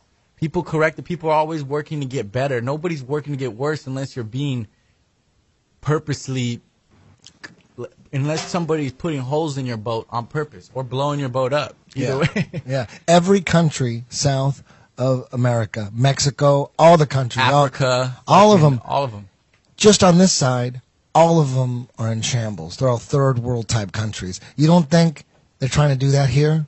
I think it's the easiest way to control, because the globalists, the people that are running the planet, I'm guessing they're not all American. I'm guessing they don't give a shit about a country. I'm guessing that it's all about control with them. It's easier to control a country when you have them broke down. They're all fighting against each other. Yeah. Ignorant. You keep them ignorant. You keep them dumb. You keep them put them on poor. Put them jobs. on government food. Put them on government health care. Put them on all that shit. So if anybody steps out of the line, boom, you pull the plug on them. Bam, boom. What? Boom, bam.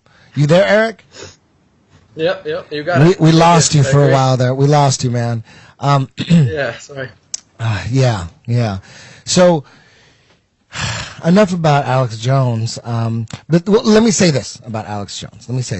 I think there's I know you think he's like getting paid to say certain things and all that. I don't know. Anything's possible, I guess. But Alex Jones was on JRE. and that's the biggest podcast of all time, right? So whatever anybody thinks about Alex Jones, that podcast is the biggest podcast of all time. He did take a lot of people who were completely asleep and kind of get their eyes open. I mean, that's why it was the biggest podcast of all time, the biggest show of all time.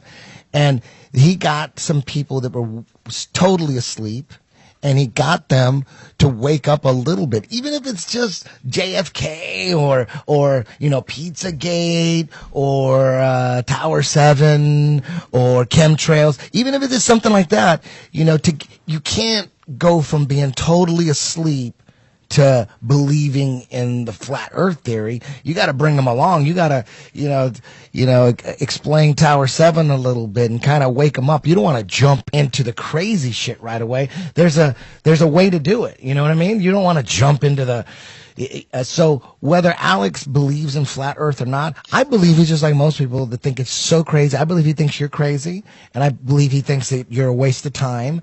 And most people do. Most people don't believe you. I love the things you're saying. I love the way you break down NASA science. I love that shit. I love the way you break down what we were brought up to believe. I love that shit. But most people don't. And just because Alex Jones doesn't want to have anything to do with you, I get it, because I was that way. I was, if someone would have introduced me to you a year ago and you were trying to come at me with flat earth, I would think you were the biggest fucking idiot ever. And I would tell you that. And maybe I wouldn't tell you that. I know you do Wing Chun. Maybe I wouldn't say anything. But, yeah, I get it. So my point is, Alex Jones goes on Jerry, opens up, he cracks open a lot of brains, even if it's on the low-level conspiracy. And even you yourself, you said, I've heard you talk about how you got into flat earth. At first, you got into Alex Jones, you got into 9/11, JFK, and then you thought Alex Jones was a gatekeeper, so then you moved up to different levels of conspiracies. But even just that, you could say he is the gatekeeper. He did open the door. So whether he's getting paid by Israel or whatever that is, we're right here, me and you, talking. You know what I mean? And people always tell me Alex Jones is a shill. You're not the only one. I've heard that by so many different conspiracy theories, and I think a lot of it has to do with you're on different missions. If you're on a mission to wake people up about health care or whatever, that's your mission. If you're on a mission to wake people up about what's going on in Africa, that's your mission. If I'm trying to explain apartheid to someone and I get into, nuclear bombs don't exist, that's just going to kill everything. You know what I mean? And you could say, but, the reason, you got to understand that to understand everything. Whether he's controlled opposition or not, it's like, I think, he's opened up a lot of people's eyes on that podcast. Then I ended up going on his show, dropping flat earth bombs and, that dinner conversation we had. So it's all like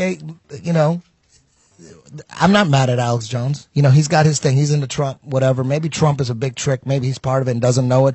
But to me, he's just a guy who doesn't need a teleprompter. And I mean, very few people can do that. No teleprompter and can go for 6 hours straight, dropping all sorts of political stuff, political documents and CIA documents and chemtrail this and healthcare here and NSA here. He's on that level. There's nothing wrong with that. Everything he said, like he's saying, like 90% of the things he says, I agree with, and it seems like he's into, his family, and he's into, Americana, as he says. He's definitely not on the Hillary side, and that's a beautiful thing, because for me, I believe that whole Hillary, Podesta, Bill Clinton, Obama, even the Bushes, all that was the true darkness. That's the true darkness. Trump might be part of that too, but for sure we know Hillary, Obama, Bill, all that side, that's the darkness right there. So maybe Trump is part of it. Maybe we got fooled, maybe they had him team up with Alex Jones to take to take the propaganda up another notch. You know what I mean? That's because if I was in the Illuminati, that would be my idea. I go, dude, the next president, we got to get him into Alex Jones. We got to get him into conspiracy theories. People go, oh shit, he's the truth, right? It would have to be something like that. We'd have to go high level sophistication because Obama kind of did that because when he was running for office, he had posters of Che Guevara like behind him. So people were thinking, oh man, he's all about, true revolution. This guy's the man. And people were believing in. He's such a good speaker. And Obama, and then, plus he was black and people were like, hope, oh shit, and then once he gets in, you're like, oh my God, he's just part of the whole program. And maybe we'll find that out about Trump too, but I don't know. Trump looked at CNN and said, you're fake news. And then he said, you're very fake news. I like that. Because we know CNN is 100% propaganda, right? CIA? They know you like that. That's why he's saying it. Like I said, it's all the rhetoric. It's the updated version. Oh, that's falling for. Yeah, that's what I'm thinking. That would be the most sophisticated thing they could do is have a president who's in the middle of waking up to conspiracy theories. Holy shit, right? You think that's what it is?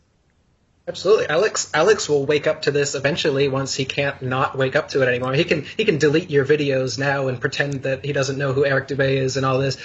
He's not going to be able to do that for long. And soon everyone's going to come in and they're going to be saying like they knew all along and they're not part of it. They weren't part of the people hiding it. Yeah. No, you think you think the masses will ever? You think it is growing at a tremendous pace, the flat Earth movement. That is pretty incredible. I think the flat Earth is just one part of many things, and I think really there's no president that's going to change the world for the better. Nobody's going to come in here and be like, let's make this a better place. That was JFK, and he wasn't here for long. So I think now it has to be, everybody has to understand that we are all here together. We are all working together, and we can change the world ourselves. Nobody's going to come in and just make the world the way you want it to be. It's the same way it's like I own a company and I want to hire somebody and then just expect that them when I hire them that they're going to do the perfect job. It's like, no, the people, you need to work every day. The people need to all be on the same page. And if something needs to change, you need to change it. You can't expect somebody else is going to come in here and save the day. Nobody can save the day. If we want something done, if we want something, we need it. We need to go get it. We need to do it. We need to organize. Eric, what about satellites? Absolutely. People are like, what about satellites? I see satellites up in the air. Like, to me, it would be impossible to see a satellite if they're about the size of a bus and they're like 100,000 feet in the air, and a lot further than that. And then a plane, a 747 is way bigger than a satellite. But let's just say that a satellite is the size of a 747 jet. At 30,000 feet, you can barely see it. It's a speck at 30,000 feet. Now you're talking over 100,000 feet or whatever it is. What is it, like 100 miles in the air? They're supposed to be floating around these satellites.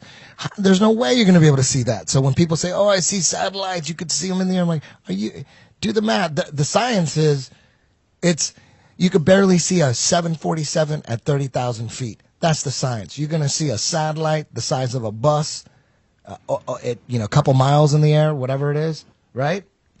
Right. No, there's no satellites. The closest ones they say are 100 miles, and there's ones they say are 200 to 400 miles away. And like you said, no, you can't see a bus from 100 miles away. Not only that, but the place in the atmosphere they say they are is supposedly so hot that all of the elements the satellites are made of have melting points much lower than that, so the satellites would totally melt. Beyond that, none of the pictures, you look at satellite pictures on NASA, you can't find a single image that isn't a cartoon. They're obviously all fake images. There's no real image of a satellite. And from your own experience, you know that no matter how high you go up, there isn't some magic mystery point where you can just go up, up, up, and suddenly you start floating. Like they say that satellites, astronauts, and the ISS is able to do. They say that the Earth and the atmosphere are constantly spinning, so the higher up you go in the atmosphere, the higher the rate of spin, so that where the ISS is, the atmosphere is actually spinning at 17,500 miles per hour. When you see those images of them like they're out in outer space in the stillness doing their little slow motion movements underwater, they say that they're actually moving at 17,000 miles per hour. And then they say that the atmosphere continues to go faster and faster to some unknown point where they won't tell us because it would collapse the whole nonsense if they did. But at some unknown point, the spinning, progressively faster spinning atmosphere gives way to non-spinning vacuum space, non-atmosphere. So there's like a point where you just pop out, and instead of coming right back down to Earth like everyone else, a skydiver, anyone else that's ever tried to go high up, there's this point, and then you float out and you're in a vacuum. And somehow they say a vacuum, a negative pressure system, can exist adjacent to a positive pressure system, an atmosphere, without a solid barrier in between. You know that's impossible too. If you've got a spray can of deodorant, the only reason it's in there is because it's got a solid barrier separating it from the atmosphere outside of the can from the different pressure system that's on the inside of the can. And if you break it open, then they equalize, and there you go. And so if we actually had a vacuum of space and an spinning atmosphere around our planet the way that they say they would, the vacuum seal would be broken, and there is no way that there could be some mystery point like that. And they claim that their rockets are in the vacuum space, and the rockets are going to the moon. But if you're in vacuum space and there's no atmosphere for your jet propulsion to go off of, then your shuttle would go 360 degrees like a gyroscope, and you would never go anywhere because you couldn't point any direction because there's no atmosphere to go. Wait, well, what about like direct TV then? Like seriously, like you said, there's no satellites. What about satellite television and satellite weather and satellite radio? Like that's how easy it is. You just put the word satellite before it, and everyone believes that that's how it's being done, when in actuality everything is being done via ground-based towers and wires. All the technology that satellites supposedly do were already done before satellites were supposedly invented by a science fiction writer named Arthur C. Clarke. He's the one that postulated satellites, and then within 10 years they really existed, and they're out there. Now there's 20,000 of them supposedly out there spinning around the ball Earth, when all the technology that they supposedly do for us is already capable via ground-based technology. All right, towers, wires across the ocean. Yeah, I'm the skeptic here, real quick. When you look at satellite TV and you say it's just going over the air, then explain to me, if it's just going over the air, then the towers that would be feeding it would be underneath the clouds. If that's the case, why on a rainy day when I have satellite television can I not watch my DirecTV? Because they tell me it's because the satellite can't get its signal to me because it's raining and the cumulus clouds are too big. Yeah, the ground tower can't get its signal to you during that day, and that's why. But they want you to believe they have gold foil wrapped metals up there spinning around in the atmosphere that's sending you signals, and that's why it's not getting there. But their technology is not nearly that good. The technology, so you're basically telling me that it's fed to me like a radio signal is, right, from an FM tower?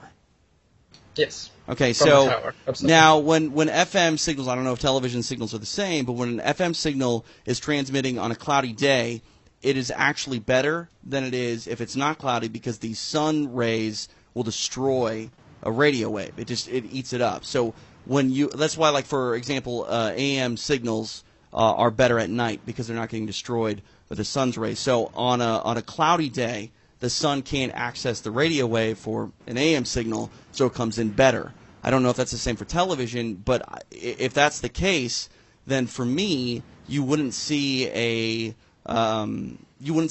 difference in quality at all from a cloudy day if the tower is underneath the clouds, and if you did, it would be better and not worse. So satellites must exist. Now, if satellites existed in the positions that they say they are, they're all over the ball Earth. And if that was the case, then most satellite dishes, if not all, would be facing 180 degrees straight up because your nearest satellite would be the best and clearest way to get a signal. But almost every satellite dish you're ever going to see is at about a 45-degree angle, and it's pointing towards the nearest local ground tower. It's not pointing straight up to satellites in outer space. That would be a ridiculous way to send this information anyway. Why would you send information hundreds of miles into outer space to just send it right back down to where you are when you have repeater towers all over the Earth anyway, and they just keep building more of these huge cell phone towers? Why do they have 1,000, 2,000 foot high cell phone towers if we've got satellites? They're building more and more of these all over the place. Explain GPS. Yeah, GPS. They just put a G before it and everyone thinks they're on a globe. GPS is just like Google Earth. It's just data that you map onto a ball, CGI ball Earth, and because of that, everyone thinks that it must be on a ball. But the data has been taken from this motionless flat plane that we live on, and then put onto a CGI, the Google Earth anyway, and GPS. Yeah, same idea. They've just taken the actual flat plane we live on and curved it under, and nobody really goes to the extreme southern hemisphere anyway, so they can't determine that the lines of latitude as you go out are actually expanding as they would on a flat plane instead of coming back in as they claim it does on the ball Earth. Yeah, I want to know why, if the satellites do exist, right? I don't believe in them, but if they did exist, how come I don't get service when I'm in Hawaii or when I'm in the mountains? Or it's like if it's a satellite, it's gonna directly go to you. It's not gonna have to go through. But because I feel like because we're in the mountains and stuff, it's not getting the tower-to-tower service. But there should always be service. Are you talking about your phone, Kron? I'm talking about my phone. Your phone comes off radio towers. It's not a satellite. But it comes from a satellite before that, or no? The supposedly satellite phones, and these satellite phones won't work in places like Kazakhstan where they don't have the infrastructure of ground-based towers to actually send the signal. But if there were 20,000 satellites all over the Earth, they would be over every... I mean, you can see the little CGI map they have where the satellites supposedly are, and there is one over every single point on the Earth. So every satellite dish should be facing straight up 180 degrees if that's what they were actually sending and receiving signal to and from. So what do you think they're doing with the satellites? They're just... They're asking Congress for money for these satellites. They're blowing it up, and the congressmen think they're doing something noble. They're like, yeah, telecommunications, blah, blah, blah. They take the money, they pocket it, they launch a satellite, it falls into the ocean. Like, what do you think's going on? Yeah, that's the same thing the rockets do. Yeah, more ways to swindle your money. Rockets don't go up, up, up, and then pop into the vacuum of outer space like they say they do. You can watch any rocket launch you want to, and you're going to see a parabolic curve, just like anything that you try to shoot up in a straight line. It's not going to infinitely go up and then start to float somewhere. It comes back down, and it makes a parabolic arc. And, of course, all of their rockets do so, and they have to give an excuse for it. And they say that they're going over the curve of the ball Earth. But really, they're just shooting rockets into the ocean and then retrieving them. And you can see them doing that. You think that there's... Any picture of a rocket's the same. You think there's satellites and stuff up in the air that are not outside the dome, that are just inside floating up there, like the space station and stuff like that? Again, the word dome means that we have found that there is some sort of solid barrier out there beyond the Antarctic icing covering us, which we have not found. So I don't know that there's a dome. I don't know that there's a barrier, an edge, or if we live on an infinite plane. So I wouldn't say anything about a dome. All I know is that the Earth is flat and motionless, and they won't allow us to explore Antarctica, so we don't know how the flat, motionless Earth ends, whether there is an edge, a barrier like a dome, or if it's an infinite plane, or if there's other puddles beyond here. Or it's open to speculation right now because they won't let us independently explore it. But what I don't like is a lot of these flat Earth researchers who are coming into this now, some are more genuine than others. A lot of them will say that it's definitely an infinite plane, and they'll name their channel after it. Or they'll say it's definitely a dome, and their whole channel will be about being in an enclosed system, when neither of these people have any evidence that it's either. And so it's disingenuous to state as fact that we live under a dome or that it's an infinite plane or anything like this. And of course, this is what I expected when I started breaking this flat Earth information. They're not just going to let me do this. They're going to bring in their gatekeepers, like Alex Jones and like the others. They've got smaller gatekeepers for the flat Earth that they've brought in to distort the message. And they give fake flat Earth arguments, hoping that you'll reach them before you reach someone like me. And then you'll hear their stupid arguments saying that gravity's real, but the flat Earth disk is constantly rising, and that's what causes us to, things to fall. They'll give explanations like this, which to any sound-thinking person will totally reject, and then they'll totally reject the entire flat Earth model based on these little bits of disinformation that are being given. And that's exactly what Alex Jones and the other gatekeeper disinformation agents do. They give you 80-90% truth, as we're saying, and that's how they hook people like me and others, because they are saying truth. But then at the same time, they're feeding you a bunch of lies, and they're trying to take you off course. And the Flat Earth movement is no different. It's absolutely full of shills and gatekeepers and controlled opposition, giving you different maps and models. There's a square Earth. There's a heart-shaped flat Earth. They've got all this crap that they're coming up with, and it's to try and corral the movement so that you don't find genuine researchers first. You're talking about, well, Alex is the biggest podcast ever. He woke up new people. Yeah, that's the point. He's a honeypot. They want to bring you into his version of reality. They don't want you to come to someone like me or other genuine people who have gone much further down the rabbit hole. They need to gatekeep you and stop you there. So they tell you the true information to corral you, and then they have limit that they won't go beyond, which it's completely obvious where Alex's limit is, and you've experienced it yourself, and you'll continue to experience it as this goes on. But who are people we shouldn't listen to as far as Flat Earth, in your opinion? Who are the shills? Who are the most obvious ones? Can you say, or will you get sued? What I'll say is we keep really good track of them on IFERS, the International Flat Earth Research Society. We have a group of people, and we keep track of what the various flat earthers are claiming, and then we write it down on the forum so people can see for themselves who is saying what, and you can do experiments for yourself to figure out what's reality and what's disinformation. And the more disinformation these people speak, the more suspicious we are of them, and the more likely we would be to call them a gatekeeper or shill or anything like this. So if you go to ifers.123.st, there's a whole section on there just for that, showing people that we think are genuine and not so genuine based on the information that they've been giving. What about, okay, you don't want to drop any shill names, but what about guys that we can trust, in your opinion? Who are some names? Same thing. You can't say? We keep, anything that's on there are people and videos and information that we've found reliable. So if you go to IFERS, all the people that are on there, all their videos that we recommend there, you'll find a bunch of different, and there's more popping up all the time, which is great, which is what I want, by the way. I don't want to be the flat earth figurehead, and I don't want these other disinformation agents to come in and take it over either. What I want is a grassroots movement of just all these little channels, just normal people doing your own experiments, making your own flat earth videos, and that way we'll be able to counteract these figureheads that are popping up. They're having their own shill conference, I call it, Shillfest 2017 in North Carolina, and all of their main disinformation flat earth people are all speaking at that, and they're turning it into this big money grab event where it's really expensive for tickets, and they're selling all these items and turning it into this like flat earth franchise or whatever, and all the heroes, they even have like special tickets you can buy to have like private time with some of these people.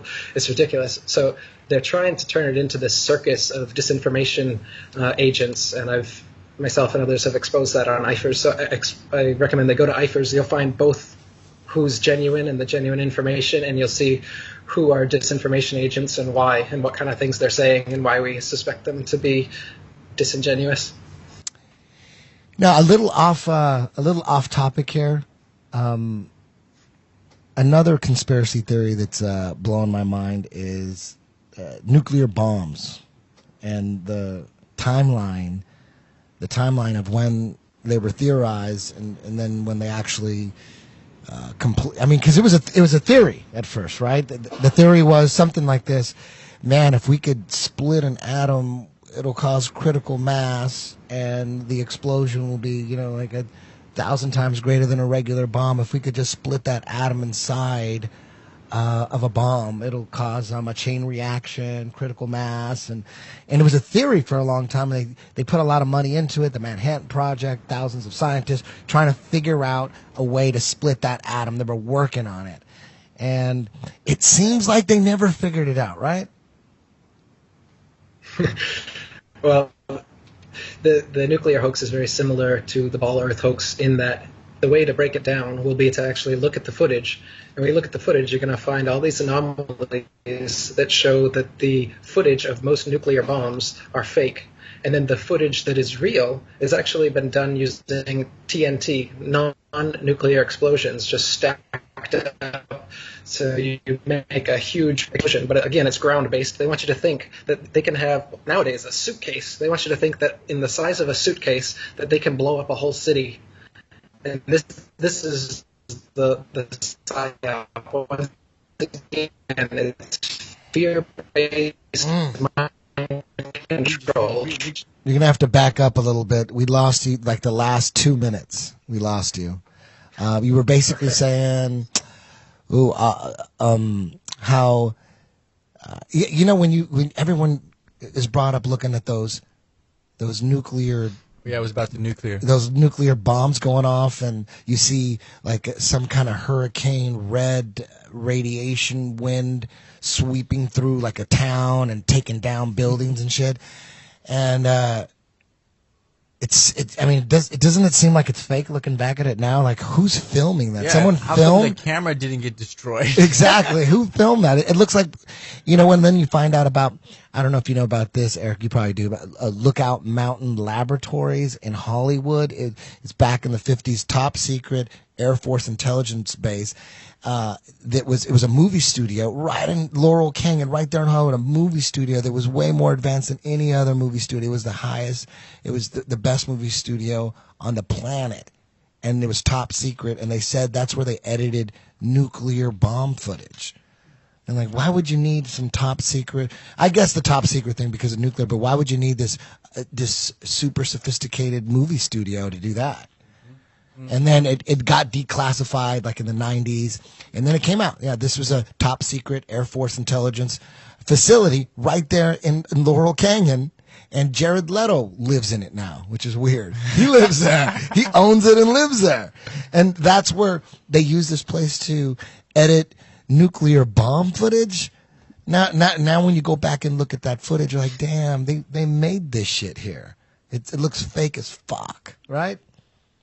Eric? Absolutely. It looks totally fake. You can see the trees being supposedly blown over are clearly models, and then they cut back to an actual forest, and then they go back to the broken model. Like Crone said, you can see that the camera doesn't get blown to smithereens like the bus or the house or whatever it is that the nuclear blast is blasting. And the camera is right there within the blast radius, not more than 100 feet, say, away from it. And it not only does it not get blown away like absolutely everything else, the trees, the bus, the buildings, but it doesn't even move. It doesn't even like shake from the atmosphere. But what if people say, hey, but they used a camera that was far away and it had a zoom lens? Like, is that even possible? Yeah, no, well, it's not that, because you can see that they're on model sets, and oftentimes the explosion isn't an explosion. They've used some sort of plasma effect, and they've also done effects using filters on the sunrise, and they use a fast-forwarded sunrise with filters, and they call it a nuclear blast on the horizon. They've even done stuff like this. And Hiroshima and Nagasaki is the main thing that people say. That's why they believe nuclear bombs exist. Hold on, Eric. People get mad at the nuclear bomb thing, man. It's just something. Nuclear bombs are just another thing that we have to take some unknown scientist's word for. I mean, I don't know what a nuclear blast looks like. If I see an explosion, how do I know if that's a nuclear bomb or a regular bomb? I mean, looking at a bomb or a missile, you can't tell if it's nuclear or not. I mean, the nuclear bombs, that's something that we got to take someone's word for. Some government scientists, aircraft carriers. There's no conspiracy theory that aircraft carriers don't exist. There's no conspiracy theory that tanks don't exist. There's no conspiracy theory that blue whales don't exist, because we don't need to take someone's word for that. But anything that we got to take someone's word for, especially corrupt ass governments, you gotta always be suspicious. Maybe this science coming from the government is true, maybe it's not, but I'm looking at it like these are criminals. And if I could imagine some kind of money trail, I could follow the money in my head. If I could think of it, for sure they have already thought about it. I'm no genius. But if someone explains, like someone could come up to me and say, hey, you know how the government fucks you in this way that I would have never even looked into? And they're like, oh, I wouldn't even doubt it. If the money trail makes sense in my head and I wouldn't even have to look into it. I'm like, if he was, the odds that, if he's bullshitting about how corrupt the government is in this certain area, I mean, they're still corrupt. Maybe he's wrong about this, but I'm not going to go, prove that. I don't know. Would you watch a YouTube video? No, I don't believe that. I believe the government is corrupt in this way and in this way and in that way, but not in that way.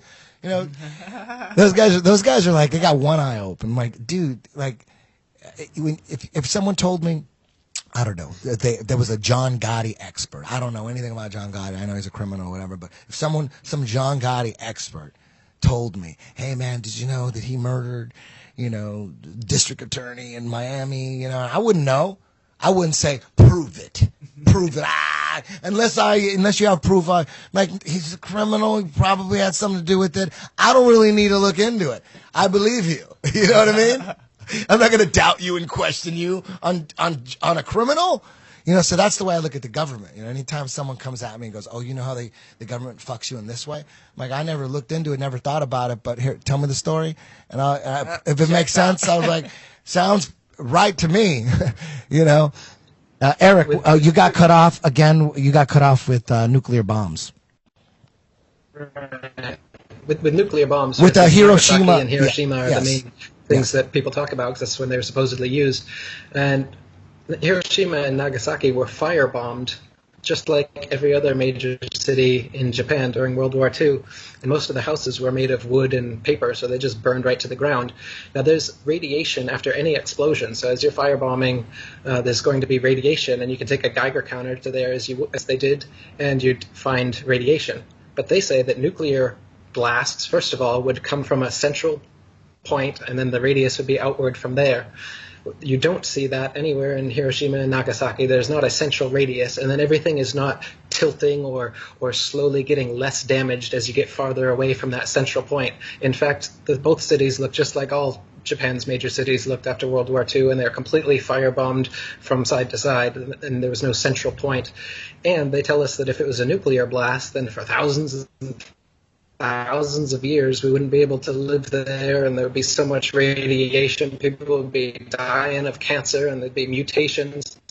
But flowers and plants and trees started regrowing a month after. People came right back to live there a month after. People have been living and no problem. The idea that nukes were dropped there is, again, the only reason they did those was as a propaganda piece so that you actually thought that they existed. Why hasn't anyone, supposedly all of these dictators all over the place are getting these nukes and stuff, why hasn't anyone set one off, right? Well, people would say, oh, they don't, you know, they're not stupid. They don't want to destroy the planet, right? Yep, that's what they would say. Yeah, and the crazy thing is there's always it's a great excuse to invade a country. All you got to say is, hey, man, we got some intelligence that says this motherfucker trying to build a bomb. We got to go in there and get those weapons of mass destruction. It's perfect. The fact that... You got it. So the only two countries left in the world right now that don't have a Rothschild central bank system are Iran and North Korea. And these are the two countries that all you ever hear about is they're building nuclear weapons, they're going to get nukes.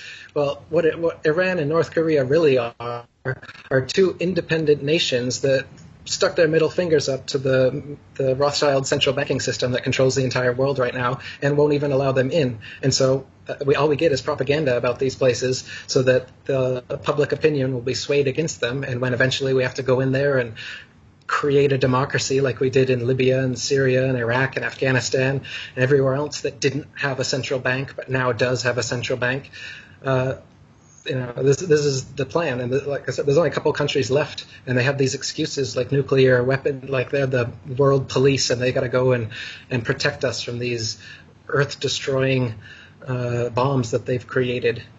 Now, what do you think about North Korea? I mean, of course, I can never remember his name, Jill Song, or whatever his name is. Of course, he's an evil dictator, right? Or is he a good guy? Like, I'm confused. Well, it's what's happening is you've got a world system that is trying to, like Kron was saying about South America, and you've got all these rich lands. People should all be wealthy. There's no reason that everyone should be living in slums. The world provides everything for us. Parasites that are sitting on top of us, and they're just siphoning and sucking all of the money and energy out of the population. And so if you get a leader who says, no, I'm not going to allow it. I'm just going to close off our borders, and we're going to take care of our own people. We're going to have our own money system. We're going to have our own food. We're going to do our own shit, everything, and fuck you guys. Then the rest of the world that's on this system says, what? That's not okay. We want you to open up to trade. We don't want you to have someone standing against our system. We want complete hegemony. We don't want to have somebody opposing us and potentially giving an alternate system like Gaddafi did. Gaddafi was going to reintroduce the gold standard and was similar to JFK. He was going to bring in a bunch of real currency into the market, and that would have trashed their fake fiat currencies that they're constantly floating and creating out of thin air. And so they had to kill him, just like they kill any dictator and demonize any dictator who's actually trying to help his people. Now, at the same token, I'm not going to say that, Kim Jong-il or any other dictators aren't completely benevolent or whatever. I'm sure that there's evil things or bad things that they may or may not have done. But the point is, what I want people to take home is that you're getting your information from the people who hate these people. And you have to say, and that's all they ever do say, is that he has brainwashed every single person in his country, because every single person in that country loves him and they love what he's done for North Korea, and they're against him. The West has done the same thing. Globalists, the New World Order, comes in and takes and puts everybody on this global system of theirs, the money, the one world money system. They've got fiat currency out of nothing. Made out of nothing. That's the main scheme. Am I gone again? You were gone, but now you're back. TJ, what do you think about this? I don't know, man. I'm taking everything in here. I have a lot of questions, and they're a little bit off topic on where we are now. But we're talking about Antarctica, and how we're not able to just go ahead and individually explore. Can we talk about that? Because yes, for as far as I know, didn't Metallica play a show in Antarctica or something like that? I remember hearing something like that. And here's another thing with the Antarctica thing, Eric. There was a guy, an astrophysicist. I think he was from either Austria or Bulgaria. His name was Auguste Piccard. He was supposedly in the 50s the first one to go 100,000 feet in the air in a balloon, and he had a little submarine little thing attached to it, and he went up 100,000 feet, and then he apparently said that at that level the Earth appeared to be a flat plane with upturned edges. What do you know about Auguste Piccard? And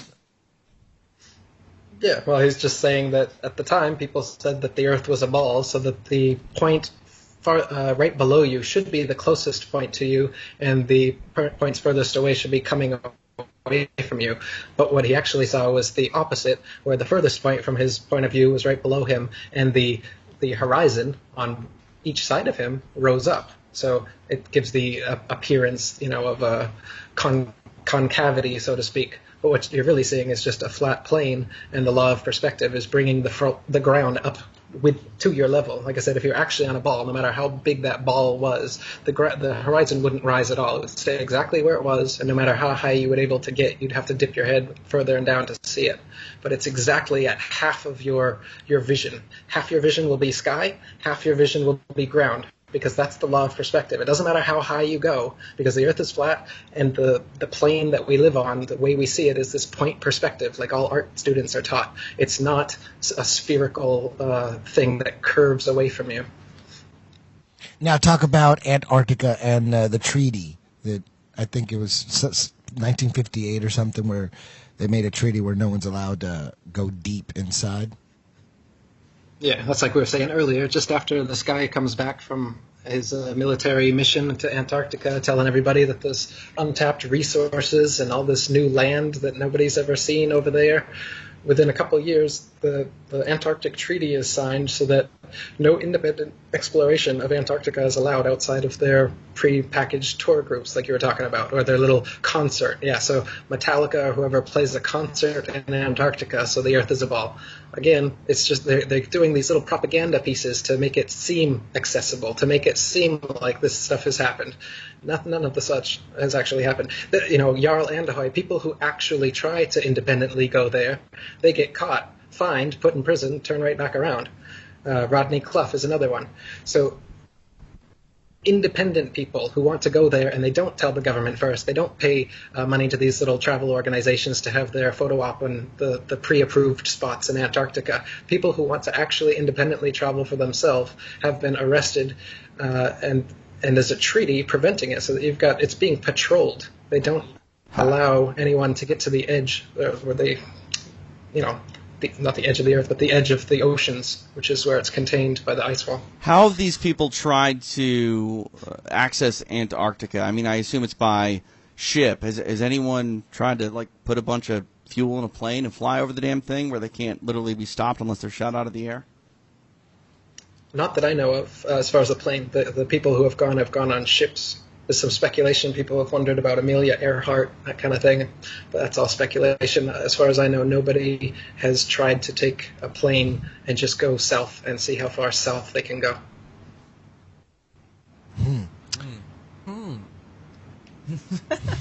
South Pole. Now, man, shit. Boom. I'm convinced. Yeah. I was convinced before I came on this show. I just came on the show. I had some questions. And I'm really here just to let people know that if you think the Earth is flat and you feel the Earth is flat, you go with your intuition. Don't think everybody else is gonna think that you're crazy, because who gives a shit what everybody else thinks? Now, what do you say about those guys that say, well, what about all the scientists from all, over the last 100 years, all the astrophysicists, all of them, all the astronomers and all the science and all the great minds, they all believe the Earth is round. Not Tesla. Tesla didn't think Tesla that? didn't believe in gravity. Yeah, not Tesla, not Michelson, not Morley, not Sagnac, not a bunch of these non-establishment scientists. They give you their Freemasonic establishment scientists that they promote and the theories that they promote, and then there's many, many, many other scientists with competing alternate theories who never get promoted, who you've never heard of, but who have actually proven, for instance, that the Earth is motionless. You've probably never heard of George Airy or Airy's failure or Sagnac's experiment or Michelson-Morley, but they'll tell you all day about relativity theory, which came because of those conclusive experiments. Michelson, Morley, Sagnac, Airy, they performed experiments that proved that the Earth is not moving.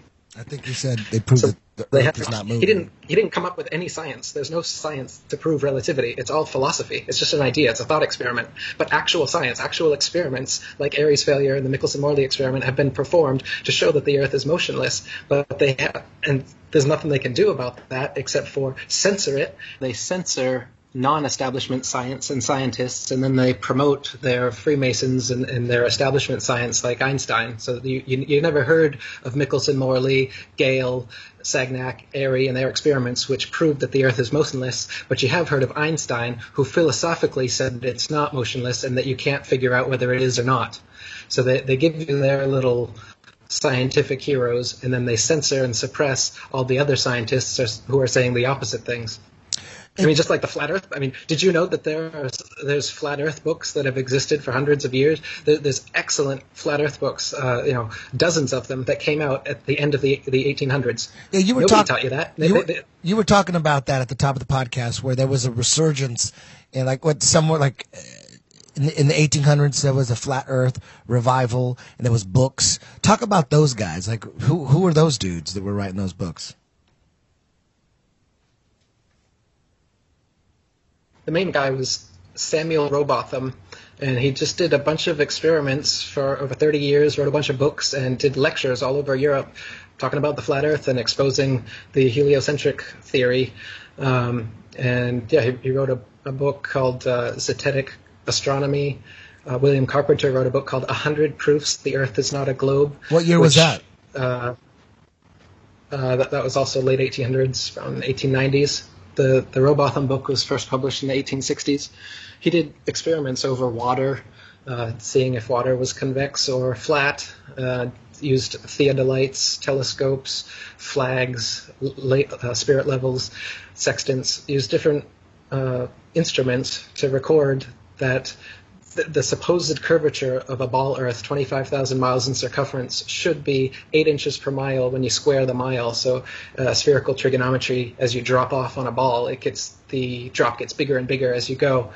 So in, say, a 6-mile channel at the Bedford level where he did some experiments, depending on where you measure the curve from, that would make a 6-foot-high dip in a 6-foot-high peak and 6-foot dips on either end, or if you measure from here, it would be 16 feet going down.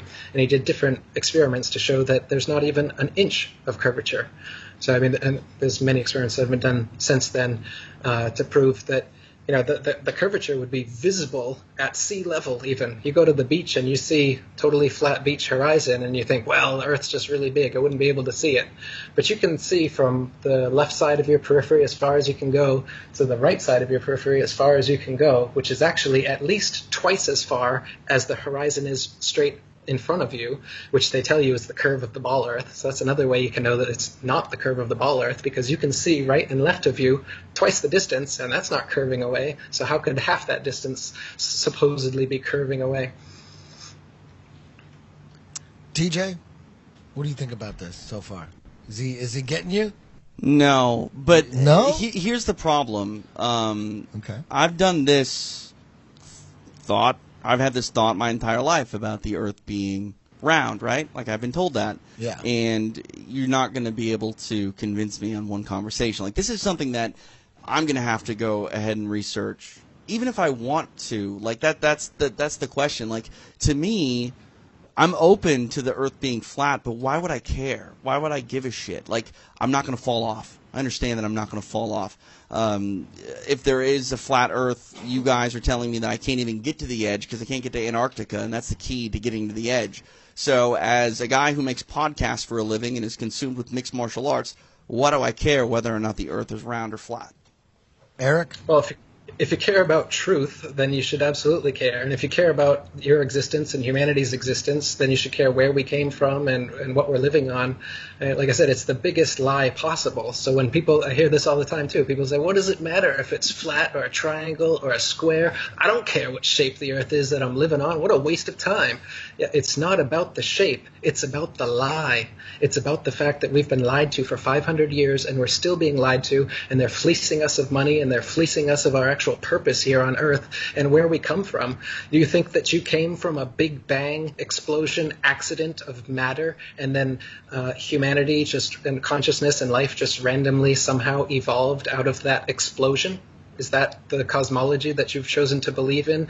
If it is, then it's very important, because that's absolute nonsense, and you've chosen to believe in a metaphysics and a physics, which are fairy tales. And if you don't think that's important, I don't understand you. I don't understand how you could think that that is not important, to know the truth of the Earth, where we live on and where we've come from. Sure. No, I can understand that. But my thing is this is something that, again, this is all relatively new to me. Like, I haven't put a lot of thought into this, and why would I ever really think about it? Now, you can say it's, oh, you want to know the truth. Sure, and I agree. We've been lied to about a lot of things over the years. Is it chemtrails? Is it the Earth being flat? Is it all sorts of conspiracy theories, for sure. Like, those are interesting to me. I don't mind looking into them and having those conversations. I'm just curious when it comes to this, like, again, how does it affect me? Sure, globally, in the grand scheme of things, why am I here? How did I get here? Yes, I understand questioning those things. I mean, it's the same thing as religion. You can have that same sort of internal questioning. And I think, for the most part, if you just look at religion, I think a lot of people change their ideas on religion over their lives. I think a lot of people that are atheists, for example, are atheists young, but as they get closer to death, all of a sudden they start to think a little bit more about, okay, maybe there is an afterlife, probably because they're closer to death and they want there to be a continuation of life, so they're more open to the idea. Again, this flat Earth stuff is relatively new to me. I'm curious about the solar system. What does this mean for the solar system that I believe in?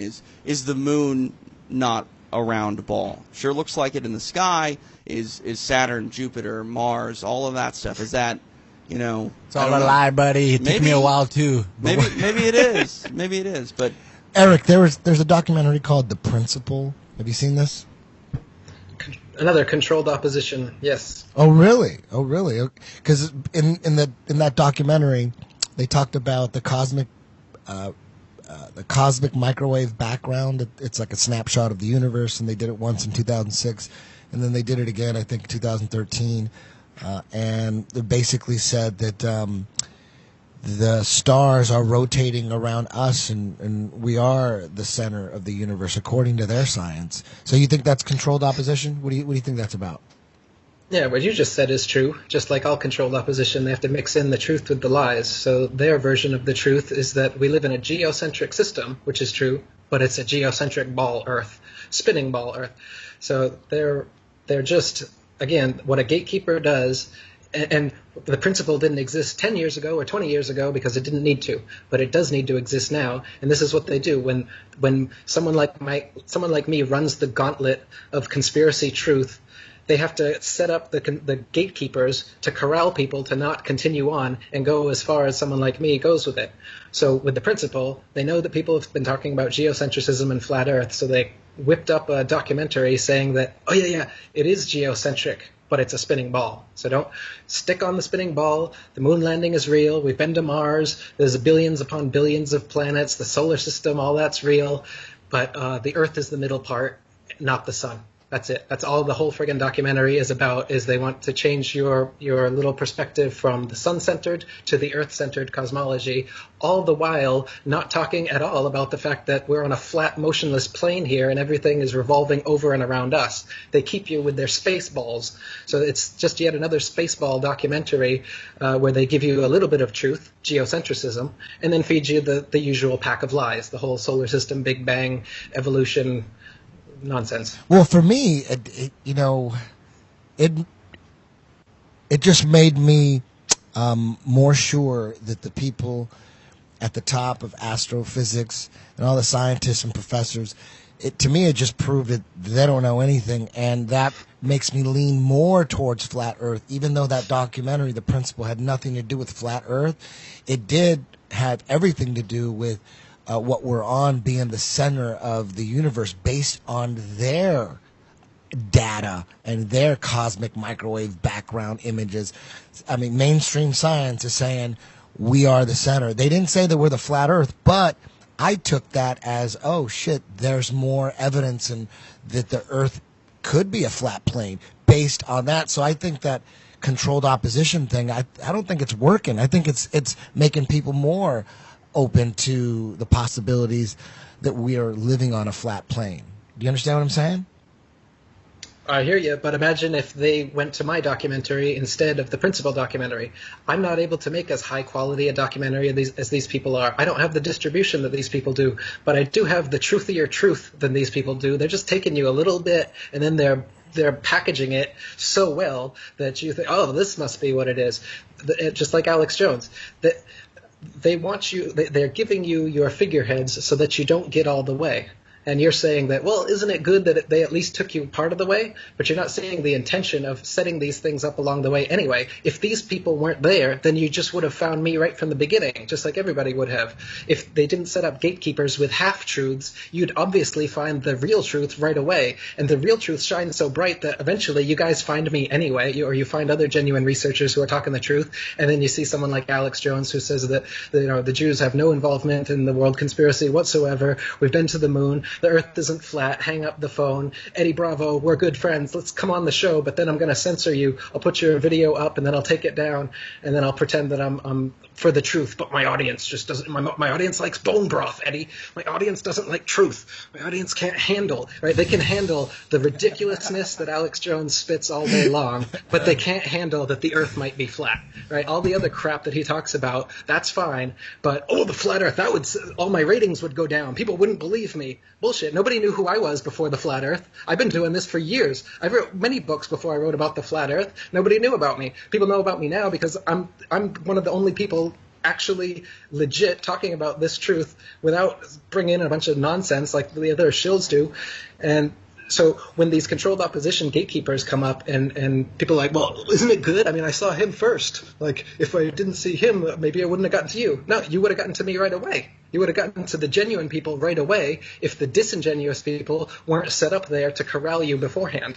It's sophisticated, man, and of course Trump and Alex Jones are part of it. I'm not gonna lie. When I the first thing I saw on flat Earth was that, like, I was looking through my thing and like something came up about flat Earth, and I watched it and it was just completely making jokes about it, you know. And I was like, oh well, that was kind of like a letdown. I thought I was gonna get into something pretty crazy here. And then it was all bullshit. It was all like just talking shit about it. And I was like, oh, well. And then I was like, wait a minute. Let me do a little bit more searching here. And and then I did. Same thing, man. I searched Same for a thing while. happened to me. And then I got to you, right? But at first, I was like, I'm going to find something here. And it was like completely like, everybody talks about flat Earth. It's like, you're ridiculous. Ridiculous, motherfucker. Look at us. Yeah, We're man. over here walking on a fucking I came planet across- spinning. Yeah, I came across the Flat Earth Society website first when I started looking into Flat Earth, and they are of obvious controlled opposition with their arguments like the Flat Earth constantly rising to account for gravity, and that turned me off from it. So it did the exact opposite of what Eddie is saying controlled opposition does, and it did exactly what controlled opposition wants to do, which is turn you off from the subject. I thought that is the most ridiculous thing ever. I'm not going to bother waste my time with the flat earth anymore. So I went away from the subject for almost a year because I met one of their controlled opposition disinformation sites first. You mean the Flat Earth Society? Is that what you're talking about? Yes, the original Flat Earth Society was called the International Flat Earth Research Society, IFRS, which is what I restarted, and I'm the non-official president of that because I called myself the president. I restarted it. It existed before the Flat Earth Society, 13 years before it did. The Flat Earth Society came up as a controlled opposition group because IFRS was being so successful in spreading the Flat Earth truth. So they came up with this other Flat Earth Society, and because it had the Mason money behind it, this guy was on TV all the time bringing a rock saying, I just went to the edge of our flat earth and I almost fell over, but I was saved by this rock. I'm the president of the Flat Earth Society. And he makes the whole thing look ridiculous, just like David Icke and Alex Jones screaming and talking about reptiles. They make that look ridiculous. So they have the way to prevent these truths from coming out is you have to set your gatekeepers up to say a bunch of nonsense and a bunch of good stuff to corral everybody so that nobody gets to the real information like happened to me. I was turned off from the flat earth because I found that shit first, and then eventually I found the old 1800s books, which was not controlled opposition. These are written by legitimate everyday guys doing experiments, and that's what brought me back to it. And this is what I'm saying. If all that was available for flat earth content on the internet was genuine people like this, everyday guys doing experiments, it would be faster than it is right now. The flat earth movement has been slowed down by these people, not heightened by them. Okay, so now what do you think? Based on everything you've listened to? What do you think? You're a Christian man. Because you're you're a God-fearing Christian. Christianized. Yeah. We got Christians believe, hardcore Christians believe Yeah. the Earth is flat, right? I would think so if they actually look at Genesis and go, oh, wait, all land, then water came and separated everything. Okay. So what do you think? Interesting. You think Eric Dubé's onto something? That's the first thing. Remember, you gave me his name. That's the first thing I went to. Of course, I saw a lot of stuff, too. Oh, so you've already listened to him before? Yeah. Oh, Yeah, I said, okay. I got to at least find out something about this before I go on there. So I've been listening, and I love all the questions you guys been bringing up. That's what people have been sending me. The questions. Yeah. Yeah, but what about this? What about that? What question do you have? You have any questions, or have they all been You answered? guys actually been answering them. I said, I can't ask anything now. Did we? So You hit everything. Really? Yeah. I've got one question before you wrap up, because obviously everyone has a lot of opinions on the Earth. I want to know if everyone in this room is on the same page about how old the Earth is. How old do you guys think our planet is? I don't know. There's no way that I would know. I'd have to take some unknown scientist's word for it. I would. Right, but I they're mean, gonna say 5 billion. I don't. Who knows? Yeah, it's There's old, no way. Old as fuck, and whoever I think our civilization, human beings, were way more high tech, way more evolved in every which way before. I think that's the truth. And then we came in for whatever reason. Now we're starting all over again. Yeah. Well, Eric Dubé's got a pretty interesting video called "Dinosaurs Don't Exist," and that's another one. When you first hear that, you're like, "What? That is the dumbest shit ever." Of course they exist. Everybody knows. That epic battle, the Tyrannosaurus Rex versus the Triceratops. Everybody knows that shit. I saw it at Disneyland. Everybody's rooting for the Triceratops, right? Triceratops underdog with the horns. Tyrannosaurus Rex is fucking just pissed off, rah, running through the jungle, rah, and then he runs into the Triceratops, and nobody was going for the T-Rex as a kid, right? Those epic books, it's always a Triceratops, Land of the Lost, same shit, right? And the one thing I found out from Eric Dubé's Dinosaurs Don't Exist video is, I didn't know this. I didn't know that all the skeletons of dinosaurs that you see at museums are all replicas. Like, apparently they don't bring out the real bones because they're sensitive and they lock them up. And so what we're seeing are replicas of the bones they found. When I found that out, I said, if that's true, I don't know if it's true, but if it's true that all the dinosaur skeletons that we're seeing in museums are replicas because the real ones are too sensitive and they got to hide them, that's a fucking huge red flag for me. I'm like, the only reason the skeleton of a dinosaur is amazing and it looks cool is because it's an actual skeleton of a dinosaur. If it's not real, if it's a replica, you might as well put fake skin on it. Sure. Put fake skin, put the teeth in. Yeah. Why are we looking at a fake skeleton? Well, for it to be a replica, it has to be real. Otherwise, it's just fake.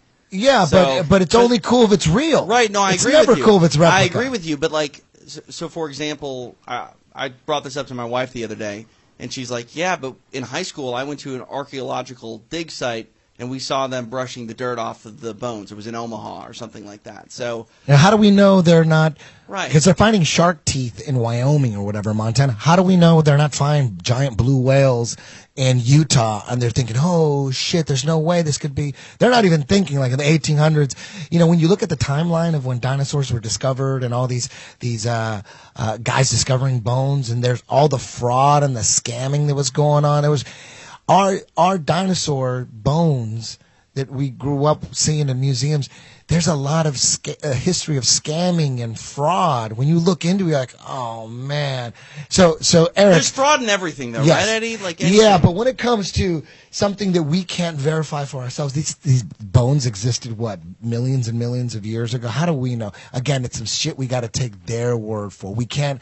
It's another thing. So, Eric, can you give us a rundown on the dinosaur hoax? Yeah, I want to know about that one too because I don't know anything about that. No, you never heard that? He's all over dinosaurs. Get in it. Get in it. Well, it's like Eddie said before.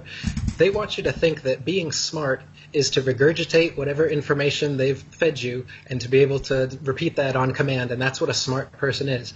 But is it really that smart to believe in something that you haven't seen yourself, you haven't experienced yourself? When they say that there was terrible lizards that existed 65 million years ago, and you've never seen those lizards, you've never even seen the bones that supposedly exist of those lizards. Actually, bones don't exist, they say fossils do, which is bones that turn to rock. So if they ever did come out and try to show you a real bone, they would say this rock is a fossil, and this fossil is a bone, and this bone was a dinosaur. There's the proof. But they don't even show you that. They give you cast replicas that they show you in the museums. So it's not a smart thing for you to think that nuclear weapons exist just because you've been told they do when you can't confirm it yourself, or that the Earth is a spinning ball just because they told you and you can't confirm it for yourself, or that we've gone to the moon, or many other things that we talk about here.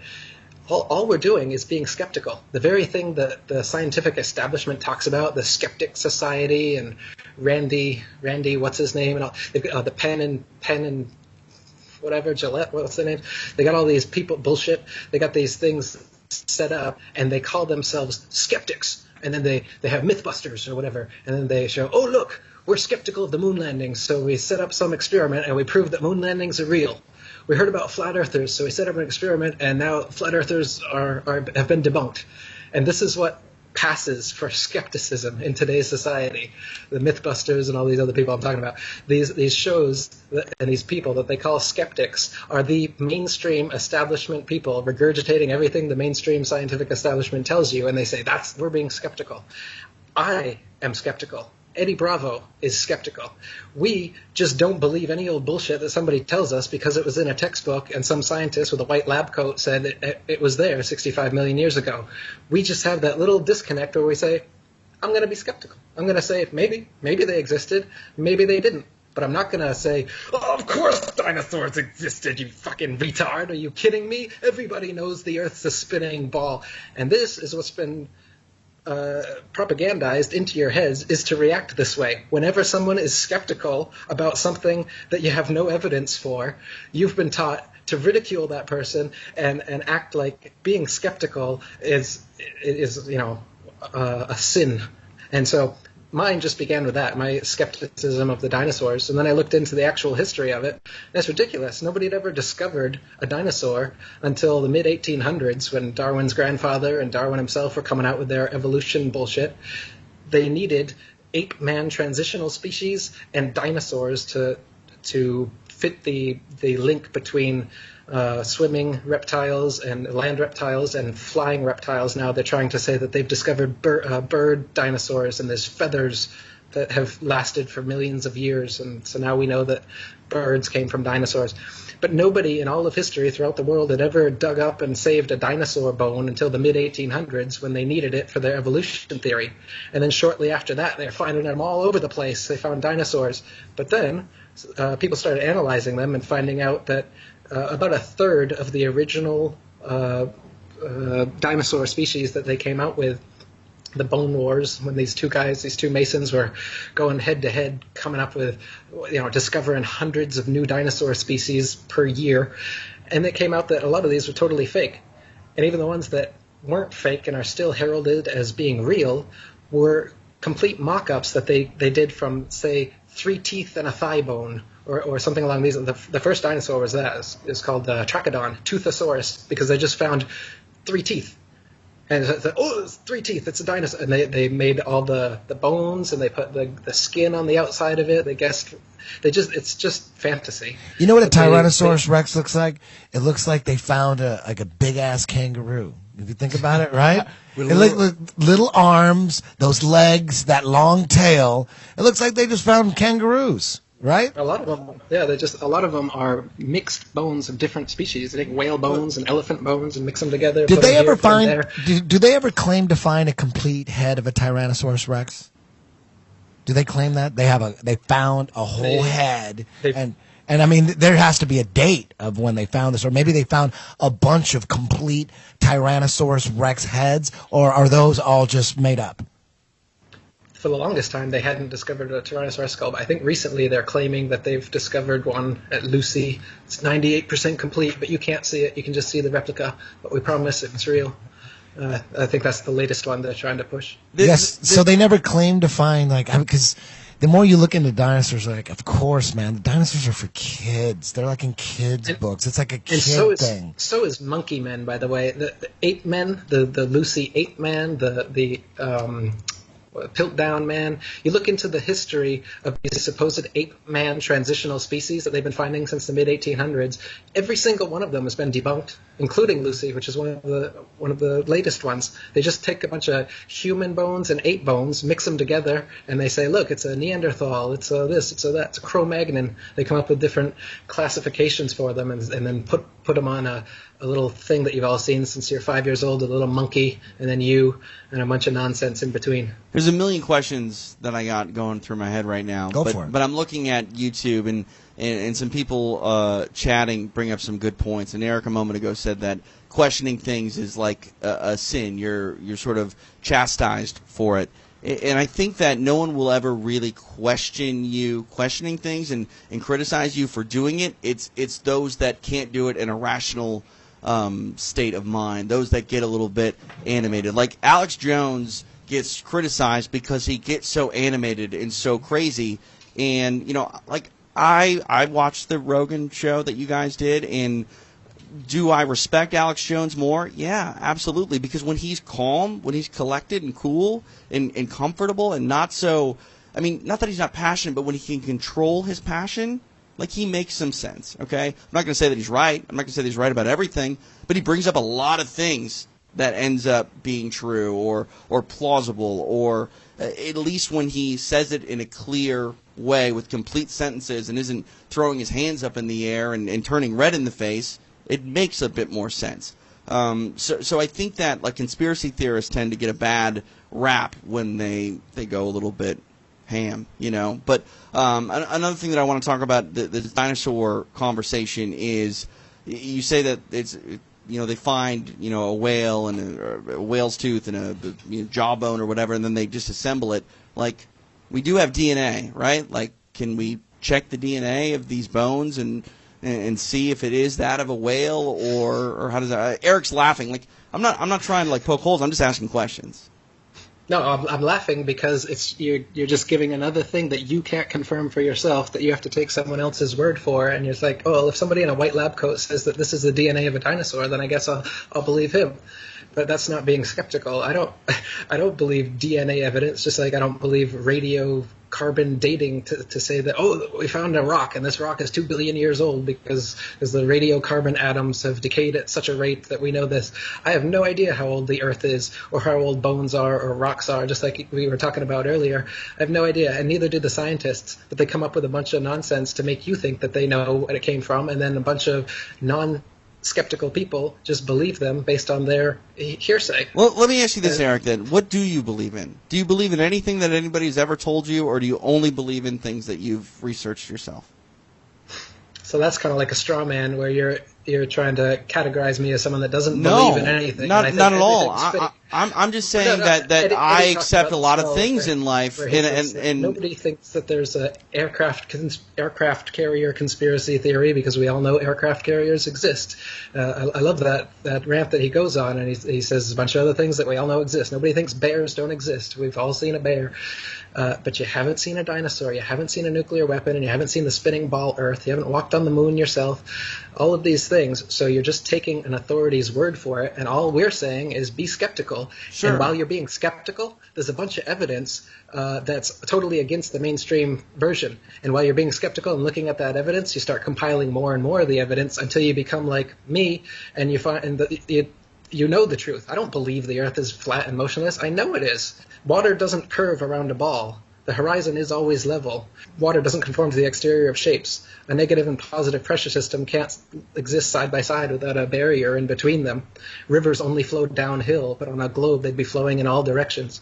I can get, like I said, 200 proofs Earth is not a spinning ball. And that's just 200. I came up with 200 because William Carpenter came up with 100 in the 1800s, and I wanted to double it. I could come up with 400 if you gave me enough time and incentive. People are doing it right now. There's new flat Earth proofs coming up all the time because it's actual, observable, testable, repeatable, natural science that we can do ourselves. The kind of science, in quotes, that you're getting from these figureheads is not observable, testable, repeatable, natural science that you can do yourself. It's stuff that they claim that only they can do with a Hubble telescope. Only we can take CGI images of fake planets with our Hubble telescope. You can't. But you can take a regular telescope and you can see that the images they give you are complete nonsense cartoons, and what it actually looks like is pulsating lights in the sky, as we were talking about earlier. Right. I'm not trying to like challenge you. I'm serious in my questioning. Like, what do you choose to believe without doing research yourself on, and what don't you? Like, I mean, I've never met anyone with tuberculosis, but I believe that tuberculosis is real. Like, where do you draw the line on, like, okay, I'm going to go ahead and investigate this, or I'm not going to go ahead and investigate this? Condemnation without investigation is the height of ignorance, said one Jew shill. And I think that Einstein was right about that. I don't believe in anything, but I do investigate everything, and I'm skeptical. I don't just take things at face value or take somebody's word for it. I want to know for myself. And if I can't know for myself, then I will happily be in the place of not knowing, like I said about the dome or the infinite plane, for instance. I don't know, but you got a lot of people out there that need to know, that they're used to knowing answers for everything. NASA told them all the answers, or the Bible told them answers, or whatever it is, and they need to have some authority figure telling them answers, and they're going to believe that, and that makes them feel safe. But me, I'm the opposite, where I like to be skeptical, and I like to think, I don't know, and I don't think you know either. And I'm just going to be in that skeptical spot. And that's what's brought me to where I am here, where I got people asking me, why don't you believe in nuclear weapons and dinosaurs and the baller? Well, I've just been doing this thing where I don't believe whatever people tell me for a long time, and I test it for myself, and I try to figure out what I can know personally from experience for myself, and this is where I'm at right now. And I think everybody would be better off if they did that instead of just believing some authority figure that tells you you're on a spinning ball that was exploded out of a big bang and you're a monkey man that evolved. It's ridiculous, and it's obvious why they're doing it. They want you to think you're a monkey, a purposeless accident that comes from nothing. while they steal $50 million of your tax money every day. Seriously. So, hey, I believe in searching for the truth. I'm fascinated searching for the truth. Some people at night are watching boxing and kickboxing and MMA. I'm just trying to figure out the truth, sifting through YouTube videos. The funny thing is I got guys talking shit on me for getting on YouTube and watching documentaries, and then they'll send me a debunk video from YouTube. And I'm like, bro, that's YouTube.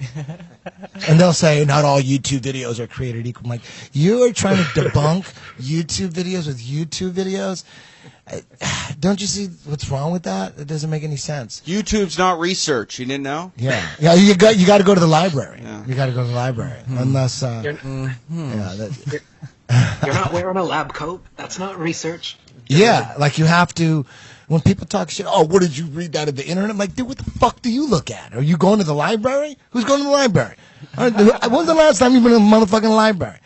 Everyone's online. Everyone's online. And then people, they love to say, oh, the computer hacker geeks, they jump on that. Hey, did you hear that scientists said that we're in a computer simulation? This could all be a computer simulation. And everyone is like, yeah. Everybody's fucking. I saw that movie. Everybody's into it. It's the Matrix. Everyone's like, yes, that's it. We're a fucking. But then you talk about flat Earth, like, you're a fucking retard.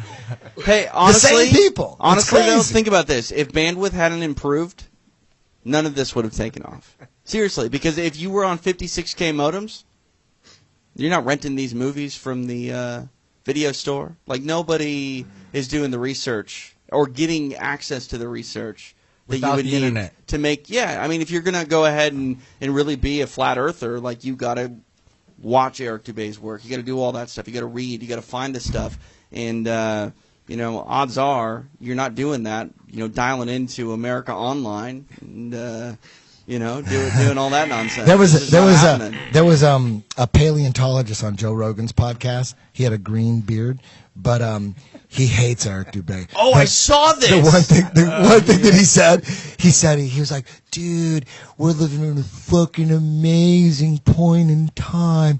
All the world's knowledge, dude, you can get it on your watch. If you have an iPhone watch, it's all right there. They're like fascinated with all the world's information on a watch. And then you bring up some controversial shit that goes against his beliefs. Where'd you find that on the internet? I'm like, Yeah. wait a minute, didn't you have all the world's knowledge on you?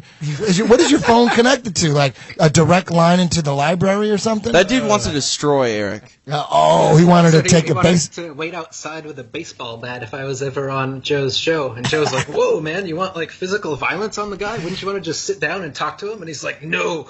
And the reason is because he's a paleontologist, which are these people who get paid for lying about this stuff. So I'm exposing what he's lying about, and his job will be null and void once the information that I'm exposing gets out. So he's pissed off because his cushy day job is about to go bye-bye once the dinosaur hoax He is exposed. doesn't have a job. He's a bartender. He's a paleontologist We can't with afford a green goatee. Yeah. Dude can't do a sit up. He doesn't give a shit about his body. His body looks like shit. He don't give a fuck about it. And he's talking about he's a paleontologist when he's a bartender. Come on, man. He don't even have he can't even make money being a paleontologist. And he's like, If he was legit paleontologist and dinosaurs existed, he would laugh me off. He would not get violent. He would not say "fuck you, Eric Dubé" and all. I mean, if I could count the times he told me to fuck myself, I'd probably be a rich man dime every time.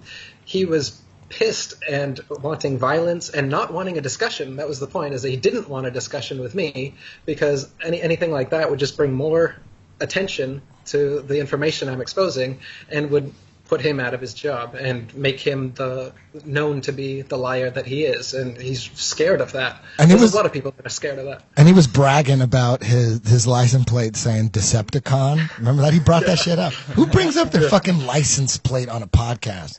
He gets on Joe Rogan's podcast and somehow he works into the conversation that his license plate says Decepticon, and he's like really proud of it.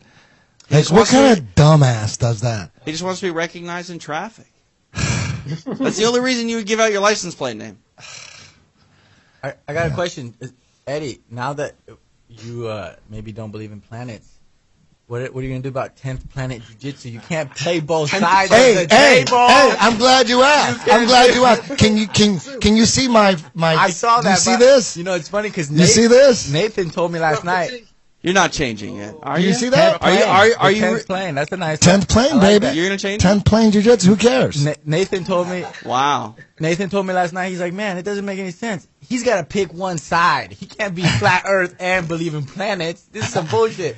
Get to the bottom of this. 10th plane, baby. You see the shirt? Yeah, this 10th is for plane. real. That's official. plane. It's for real. Yeah, take the fucking. It's yeah. 10p. 10p could be planet or plane. Planet is old school. Hey, I'm not ashamed of believing in. You know, I used to watch stacks and stacks of space documentaries. I'll just get get my natural medicines out, and I go deep trying to remember all this shit. Like, oh, that's a neutron star. Oh shit, okay, that's what a super hypernova looks like. Oh shit, okay. Oh, that star is 700,000 light years away from that constellation. Fuck, yeah, I better remember that shit. I was all into that. I was totally into it. I was super into anything space. Are you kidding? The Science Channel? Shit. Are you kidding me? I would DVR science, anything on space. Space, just show it to me. Hey, what am I going to watch right now? The sun? Ooh, or, you know what? Let's watch some shit on Jupiter. I'd watch them over and over and over again. I was so into space. I'm not gonna lie. Neil deGrasse had me hooked on that Cosmos shows. I fucking watched everything on that show. I love that show. And then when I fucking know what I know now, I'm like, oh my God, you had me. You had me so good. I With the loved CGI. it. With all those CGI DVDs. All those DVDs. BBC, Nova, all that shit. The Morgan Freeman. Sorry, Jane. But I know you like Morgan Freeman. All that shit. You know, now it's like, fuck. That, you know what, the heliocentric model, or whatever they call it now, whatever the modern day model is, that seems way crazier than we're on a flat plane.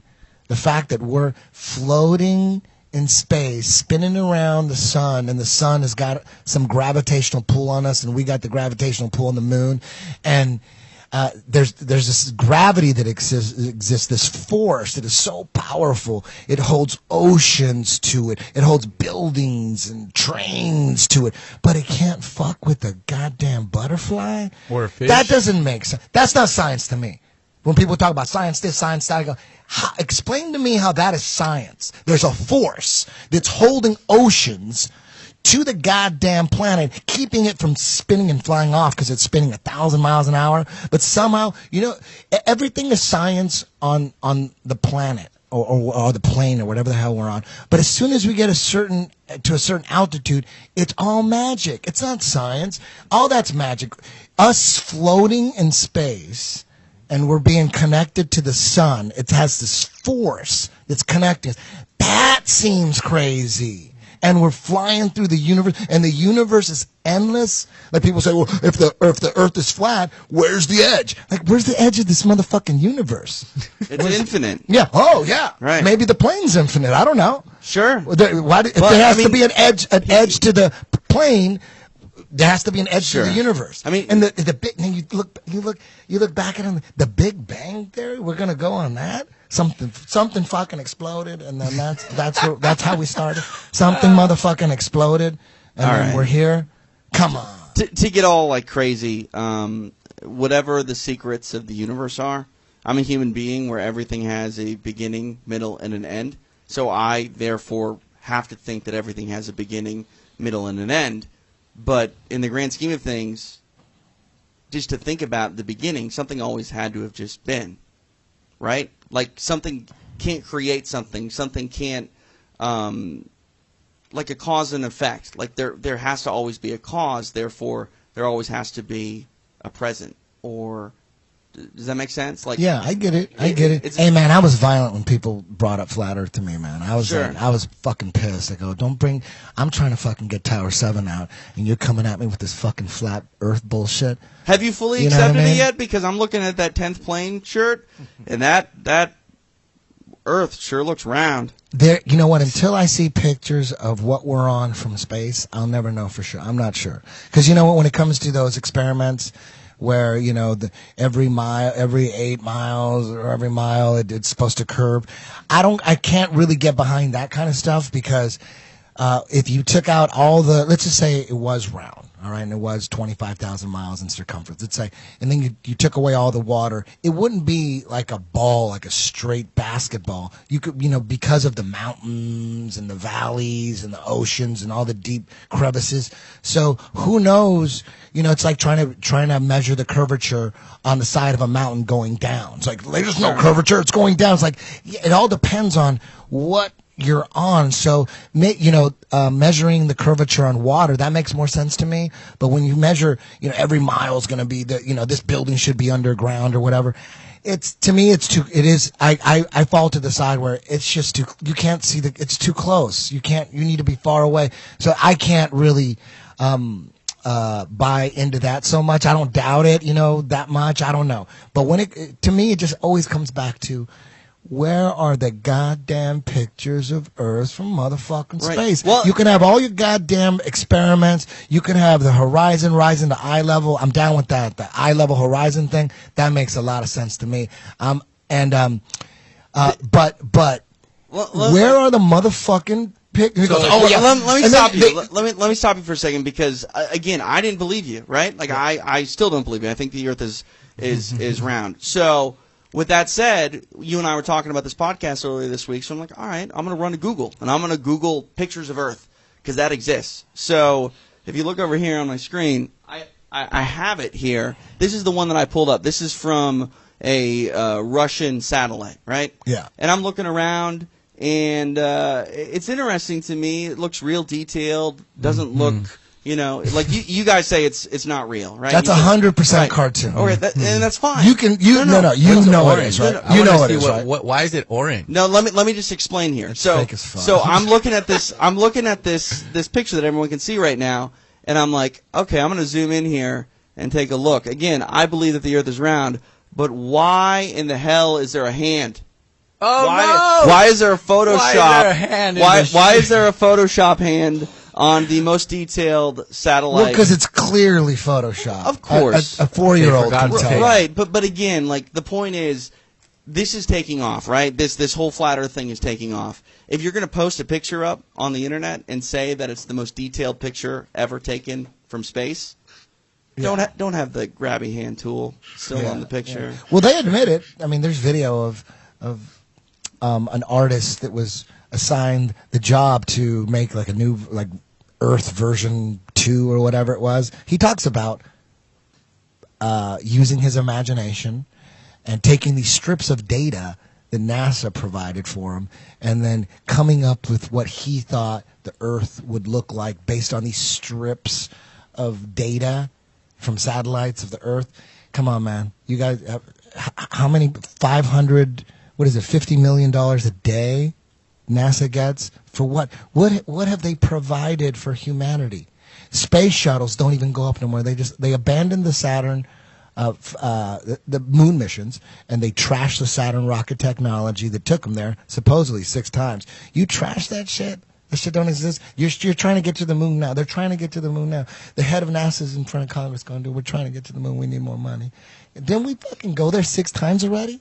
Don't we already? That's science. That's science to me. Right. That's street science. That's street detective science. Wait a minute. You went 6 times from 1969 to 1972. You went 6 times, all during Richard Nixon's administration. Right. The first time we went to the moon, right in the middle of Vietnam? Right in the middle of the Vietnam War?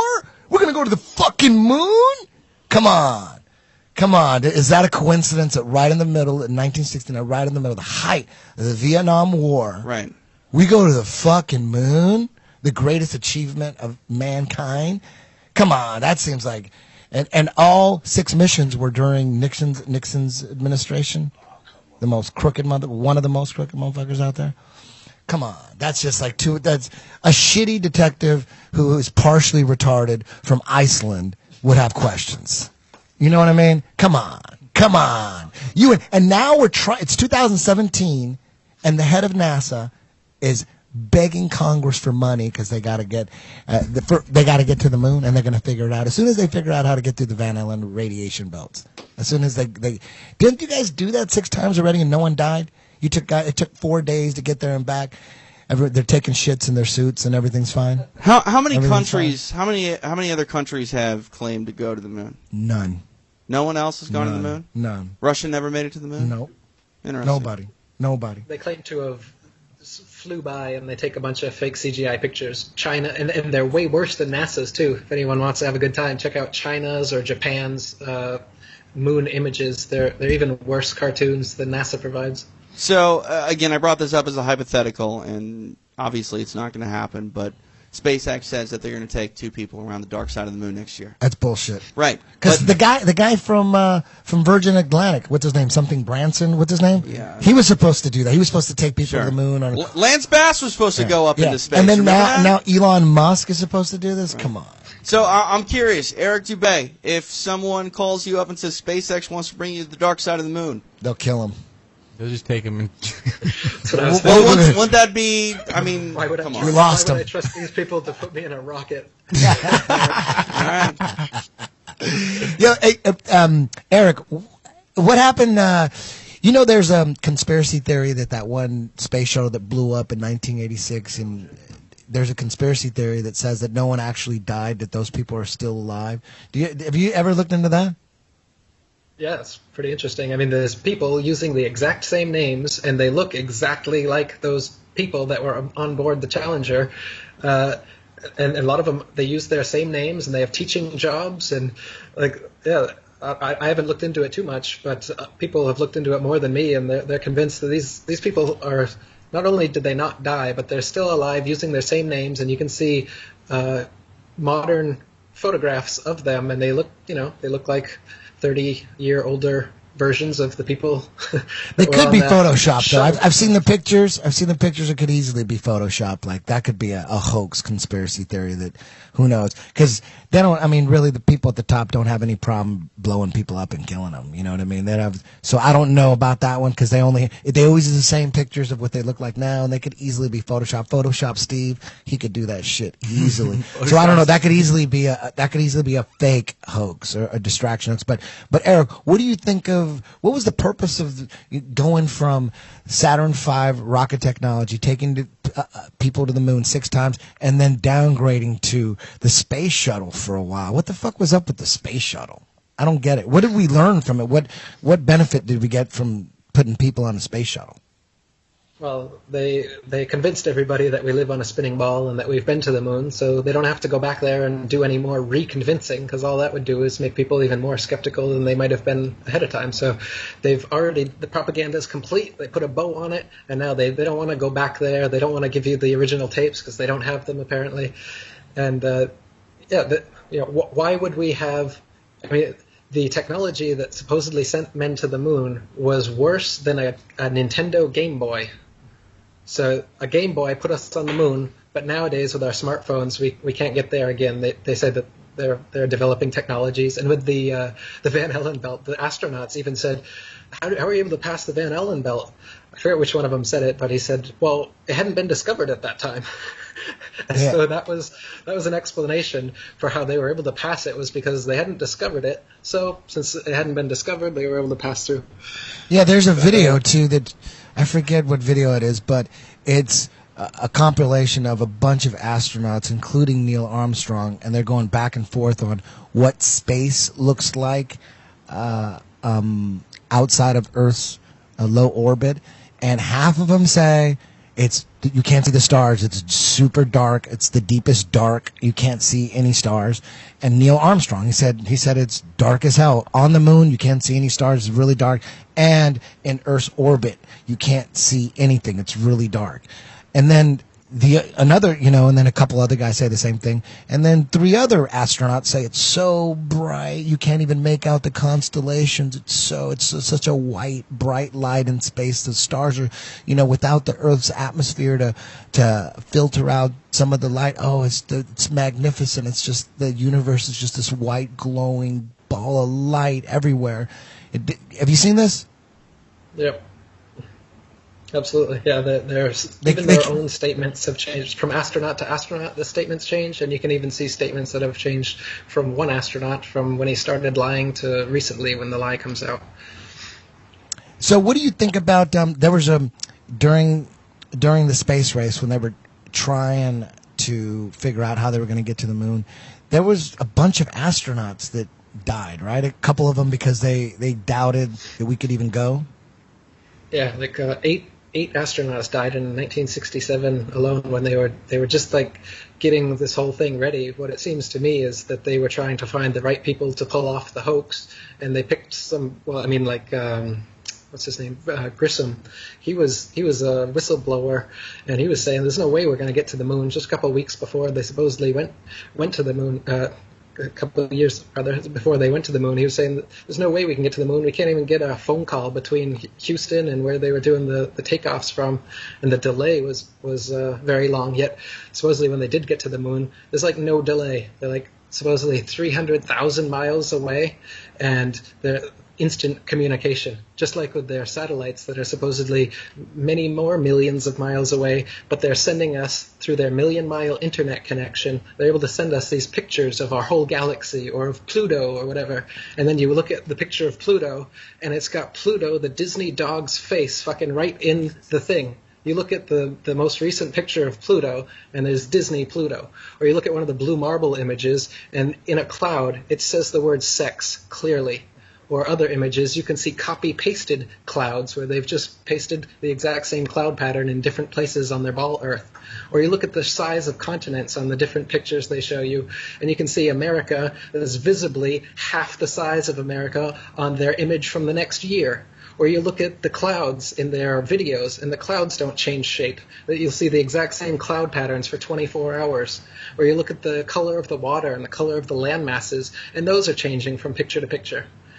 I mean, it's such obvious nonsense. There's only so many times I can say it. What do you think about you know how there's a live feed from the International Space Station of it kind of shows like, you know, the Earth is you kind of see the curvature. Obviously, it's easily, it looks fake as hell. But there's people think that shit's real. They go, look, they send me links. Look, you could live images or a live feed from the International Space Station.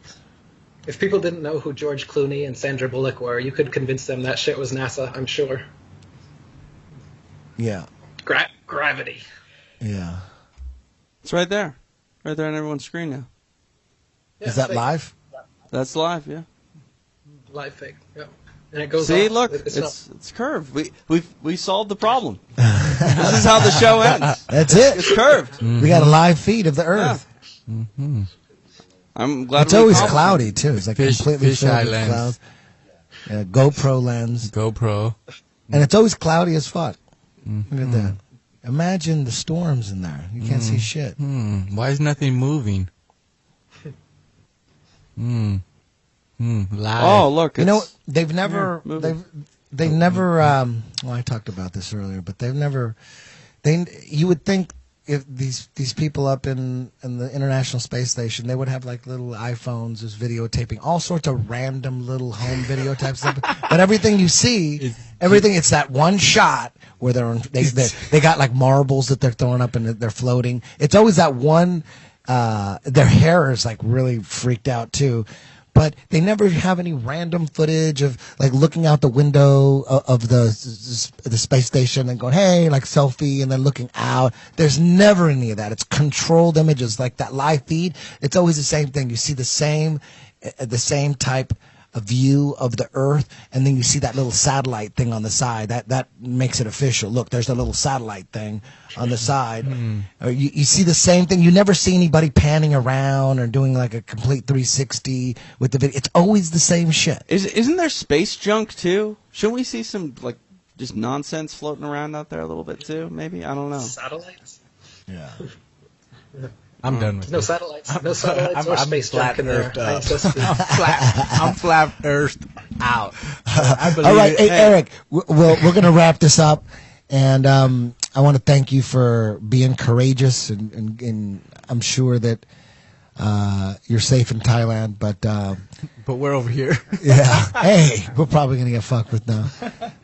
You're all crazy if that's the case. I'm the only sane one in the room. Yeah. Mm-hmm. I'll just say Eric said it. I was just I'm just a host. People want to know if you're going to do this again. they're loving it. So Absolutely. We barely scratched the surface, especially on like nuclear energy and stuff. And like people think, well, what about the nuclear power plants that blow up?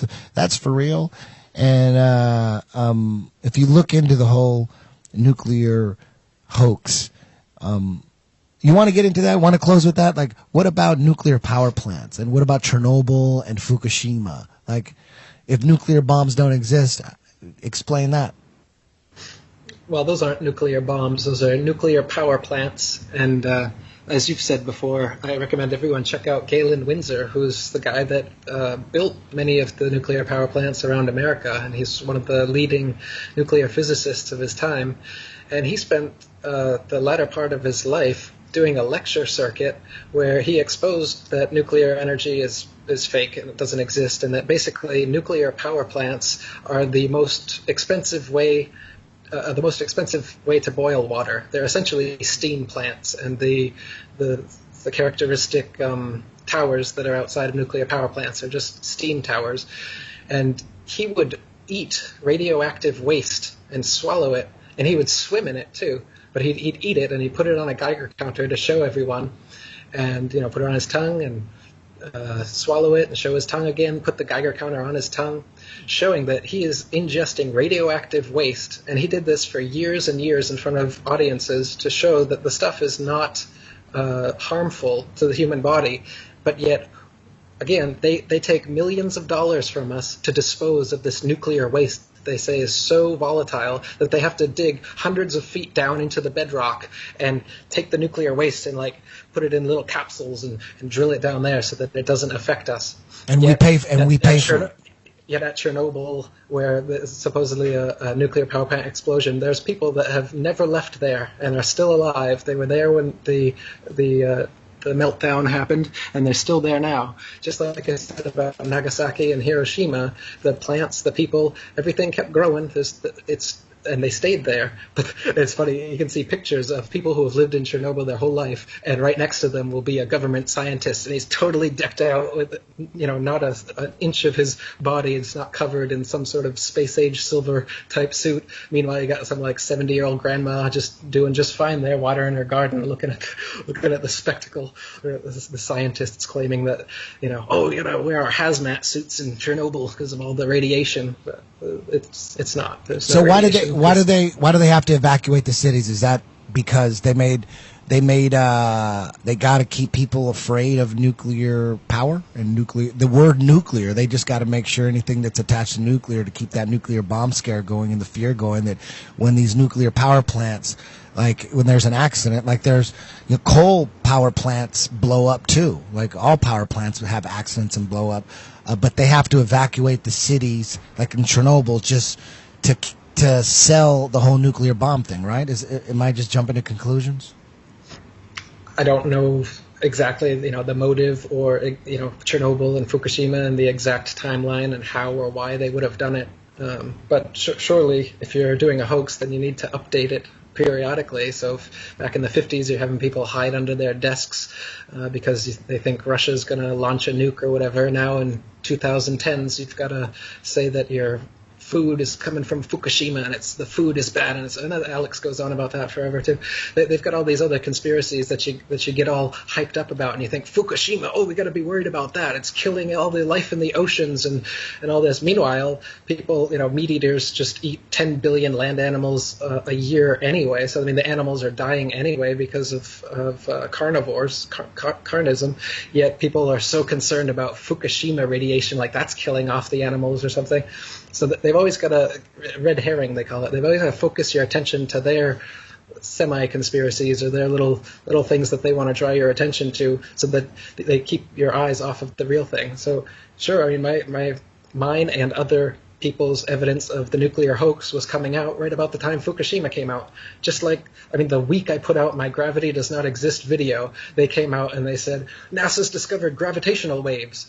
And they're literally playing to the tune of flat earthers at this point, where they come out with a damage. Kyrie Irving and the basketball players came out, and then the next Monday, Neil deGrasse Tyson's on the Joe Rogan Experience. The next Tuesday, NASA comes out. They found 7 more Earth-like planets. They just got to keep updating the propaganda so that people who are starting to wake up don't awaken fully. Because once you awaken fully, none of this shit is nobody's gonna be able to show you another CGI planet and have you think that it's real ever again in your life. Nobody's gonna be able to show a spinning ball Earth with clouds that don't move and sex written in them and have you think that that's a legitimate photograph.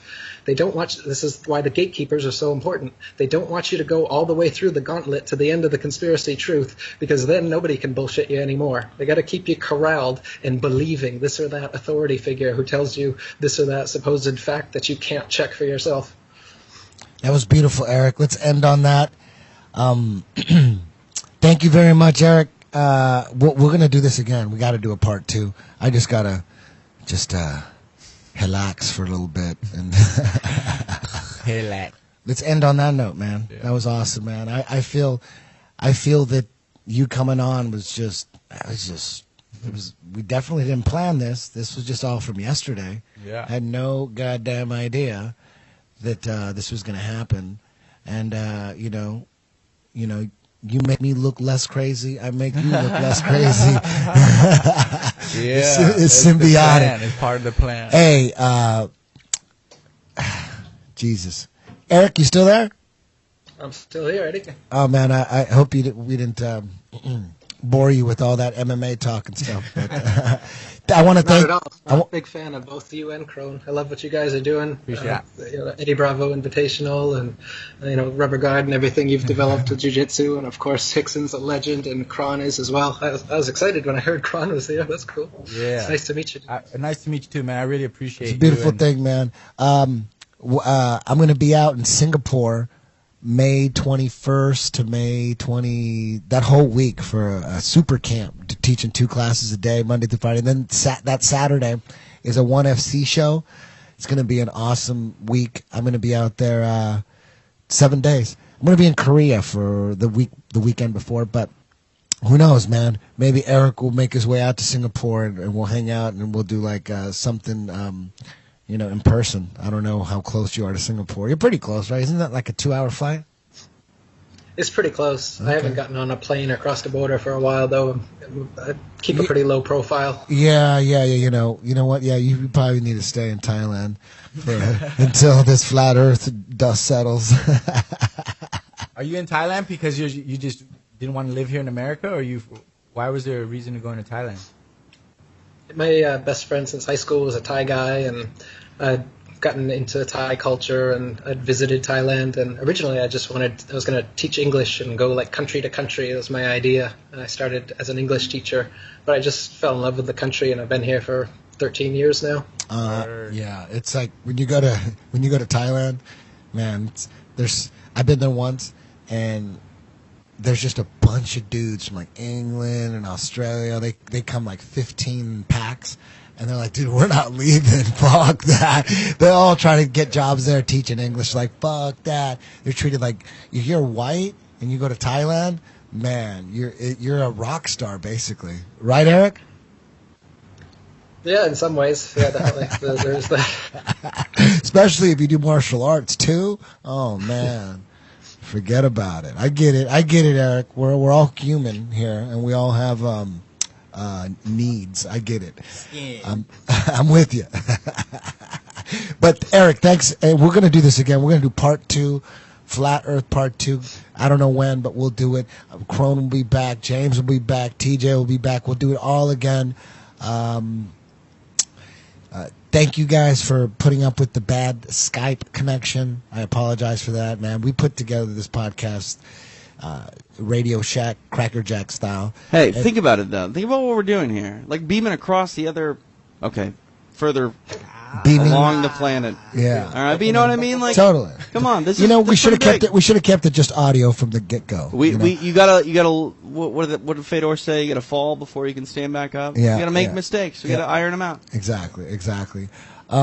Eric, thank you again. Crone, James, TJ, see ya.